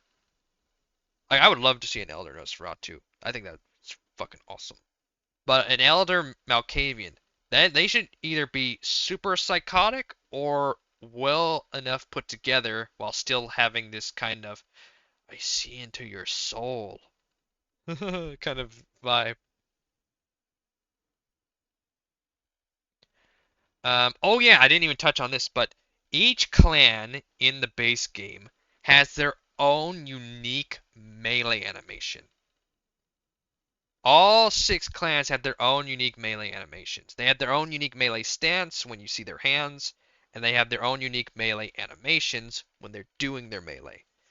So that's something else you have to add into any future clans. Again, people don't realize what they got for free over whining. Again, I still think it was a bad idea for them to have developed the clans in the when they decide to develop them and then go, hey, they're ready and available at launch, but you gotta pay for them, and we've only announced that along with the premium edition, the $90 premium edition. That was a very dumb business tactic. What they should have done was had the foresight to go, okay, we need to hold off and work on these clans and really elevate the base game because if the base game is not solid, no one gives a fuck what clans you add in because they just don't want to replay the game. Especially since you can just earn everything first go around. It's like, oh, I can earn all these DLC abilities in the first playthrough. I don't even really have to play again. I don't quite know if the endings you get are based off of clans because I've heard they're like as many endings as there are clans, so I don't know if there's a correlation with that. But imagine if there were, be even more stuff that was just given that people are not fucking appreciating whatsoever. They're acting like spoiled little fucking children. And because they can't appreciate this, they can't really appreciate how much effort it would take to bring in any more clans, especially the ones that are so fucking diverse, like Nosferatu and Malkavian. Now, of course, the Malkavian abilities, you can just kind of like use some of Fabian's abilities and like put those into Phyre's world. And if you can make Phyre's gameplay aspect as a Malkavian work, then obviously you can make Fabien as a vampire in his sections work and give the player more stuff to do during his sections. But these are, again, examples of things that would be awesome, but they take so much resource to do that you're probably not going to see it with the current situation of the game.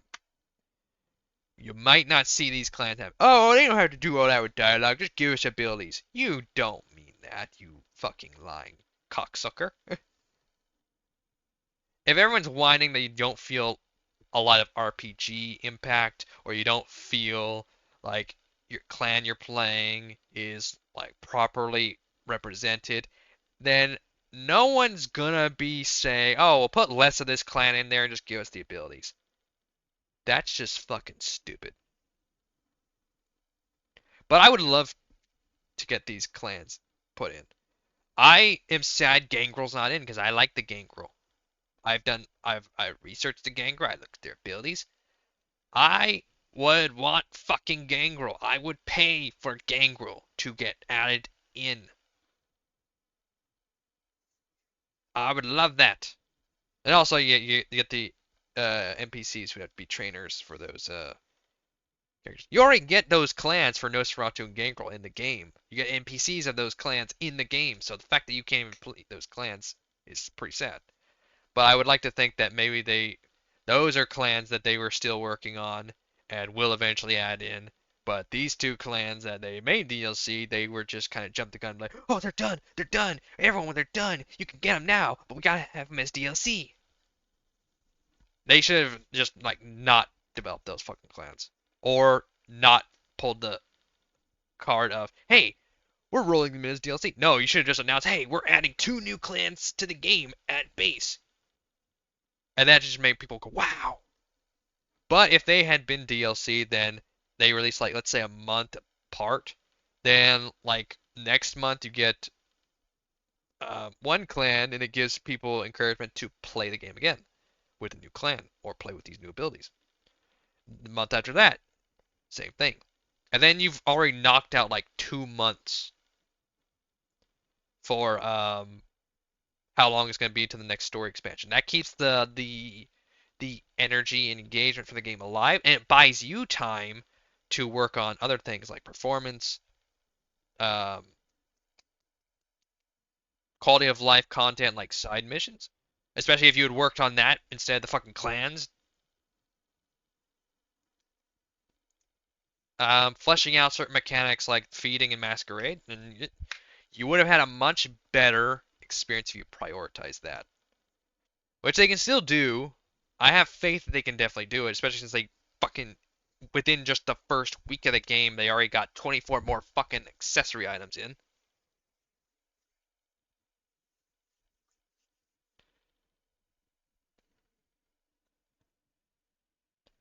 Um,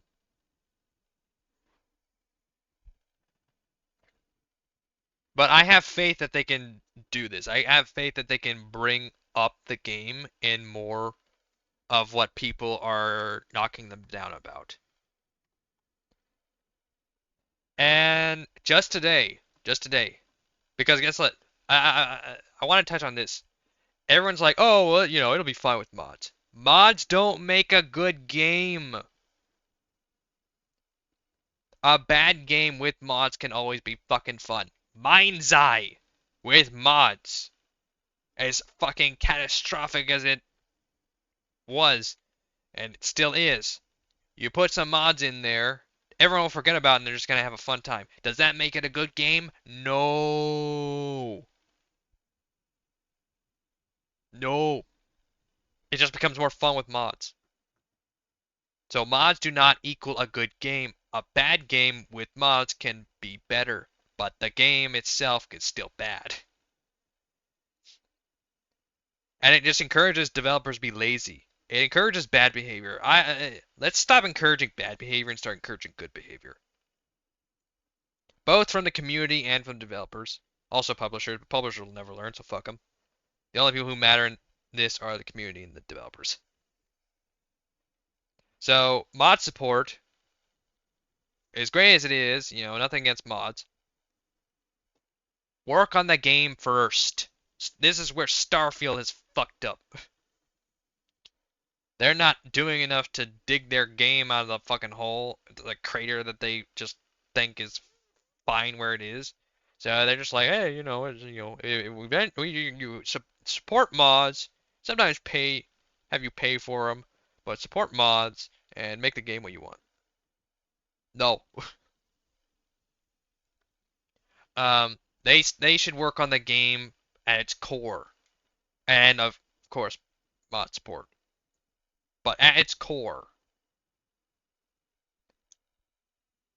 because today Mind's Eye at the time of this rambling, Mind's Eye had announced that their fucking AAA Minecraft feature, Arcadia, where I think that's the content creation portion of the game that they were really banking on, they are announcing is going to be released soon. Bro, your fucking game isn't even finished. Your game is still a fucking disaster. Why are you acting like this is gonna fucking save it? That is such a dumb, dumb fucking move. But yeah, the fucking people behind the game were really psychotic about their conspiracy shit for a game that ultimately fell on its own face. Like, hold that off, make the game some like pull the game out of the dirt, and then it's like, oh yeah, now we're ready to implement our AAA Minecraft fucking feature. They're acting like this is gonna keep the game afloat while they work on all of that. No. Shaky foundation ultimately leads to a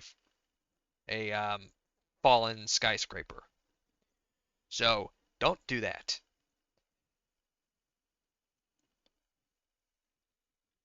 But also today, I think Cronos New Dawn had actually added a Halloween cosmetic update. So that's the weird thing is today, we've had some updates for content for games that are already out and you would feel like are pretty much done for.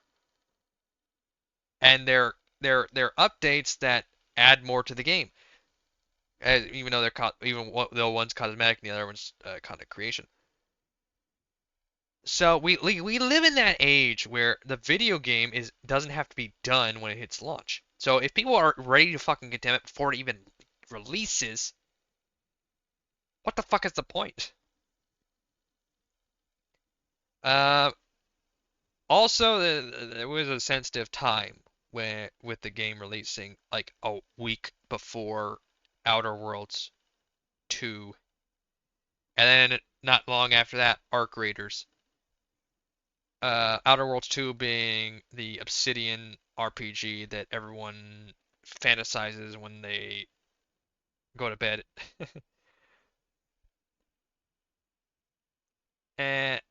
And Arc Raiders being the new hotness. I'm not particular about it, but everyone's really in on it. That kind of takes away from the exposure and I guess numbers for Bloodlines 2. However, there is a bit of a double side to that. Because people are spending less energy trying to fucking smear the game, which they fucking would, because we live in that goddamn Dank Dynasty period where people are so bored they gotta try and bomb something. Um, it actually kind of works out because now whatever energy they have for normally doing that, they can put towards Outer Worlds 2 or or Arc Raiders. So this gives Bloodlines 2 some avoidance of abuse, so that way they can kind of start showing the commitment they have said they have, and I think they do have, in bringing the game up. And I think that's good. I think it's a good opportunity. I will be sending them my thoughts on the game, even though I don't fucking have it. And here's a silly reason behind that. I don't have the game. One, because I'm poor. Two, even if I were to charge for it, I, I gotta be honest. I'm a little superstitious. I feel like over the past year, when it's come to, well, more than that, I got Suicide Squad, 72 hours early from the from pre-order, the the max edition, whatever it was. I had all the faith in that game. I don't think I was proven wrong. I just feel like there was an uphill battle. It was a rigged fucking game for sure. Not the game itself, but everyone that was like trying to go out for it. That's a totally different topic on itself. Death Stranding 2. Uh, very much enjoy that game. Very much love it. Feel like it's kind of not where it should be, though. But that's probably by Kojima's design. Another instance is Spider-Man 2. I got Spider-Man 2 in the holiday season, 2 months after it released, and then guess what happened?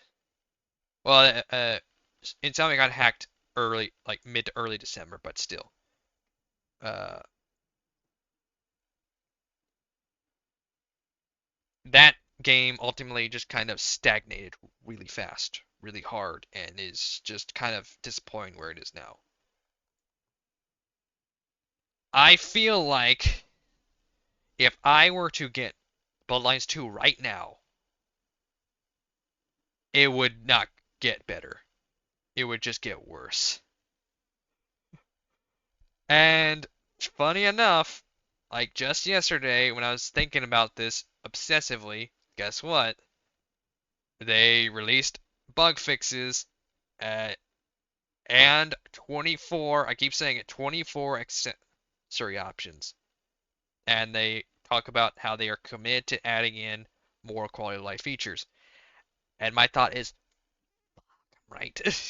So I am like super superstitious about avoiding the game because I feel like if I touch it, if I get it, I'm going to ruin it for them.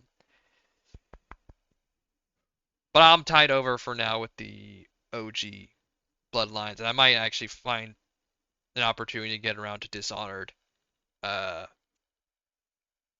in the meantime, while still voicing my uh, thoughts on Bloodlines 2, even though I haven't played it. But I watch enough of it to really be fair about it. And by any fucking means, the Chinese room sees this and sees what I'm saying. I hope they take it very, very well and very considerately because I don't want them to feel like they are doing things wrong. I mean, yeah, I do think they made some wrong decisions, but we all make mistakes. Part of being a responsible entity is taking accountability for it and doing what you can to um, progress from it constructively.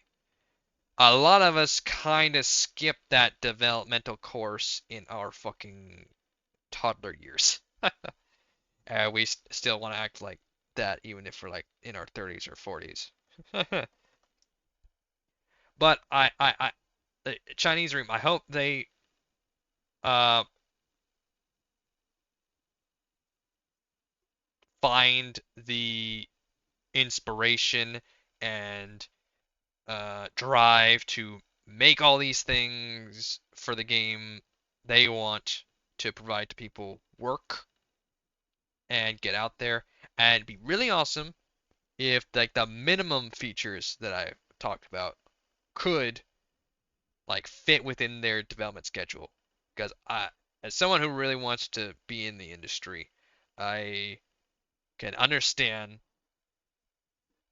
what kind of amount of commitment these can take and how it can really take time. But I also like to think about what's the most you can get done with the least. And these are the things I thought up with the Fabien feeding and the side content, while anything else be luxury. So we're gonna take a little break now, and I'm going to finish up what I was snacking on, and I will move on to Bloodlines 1.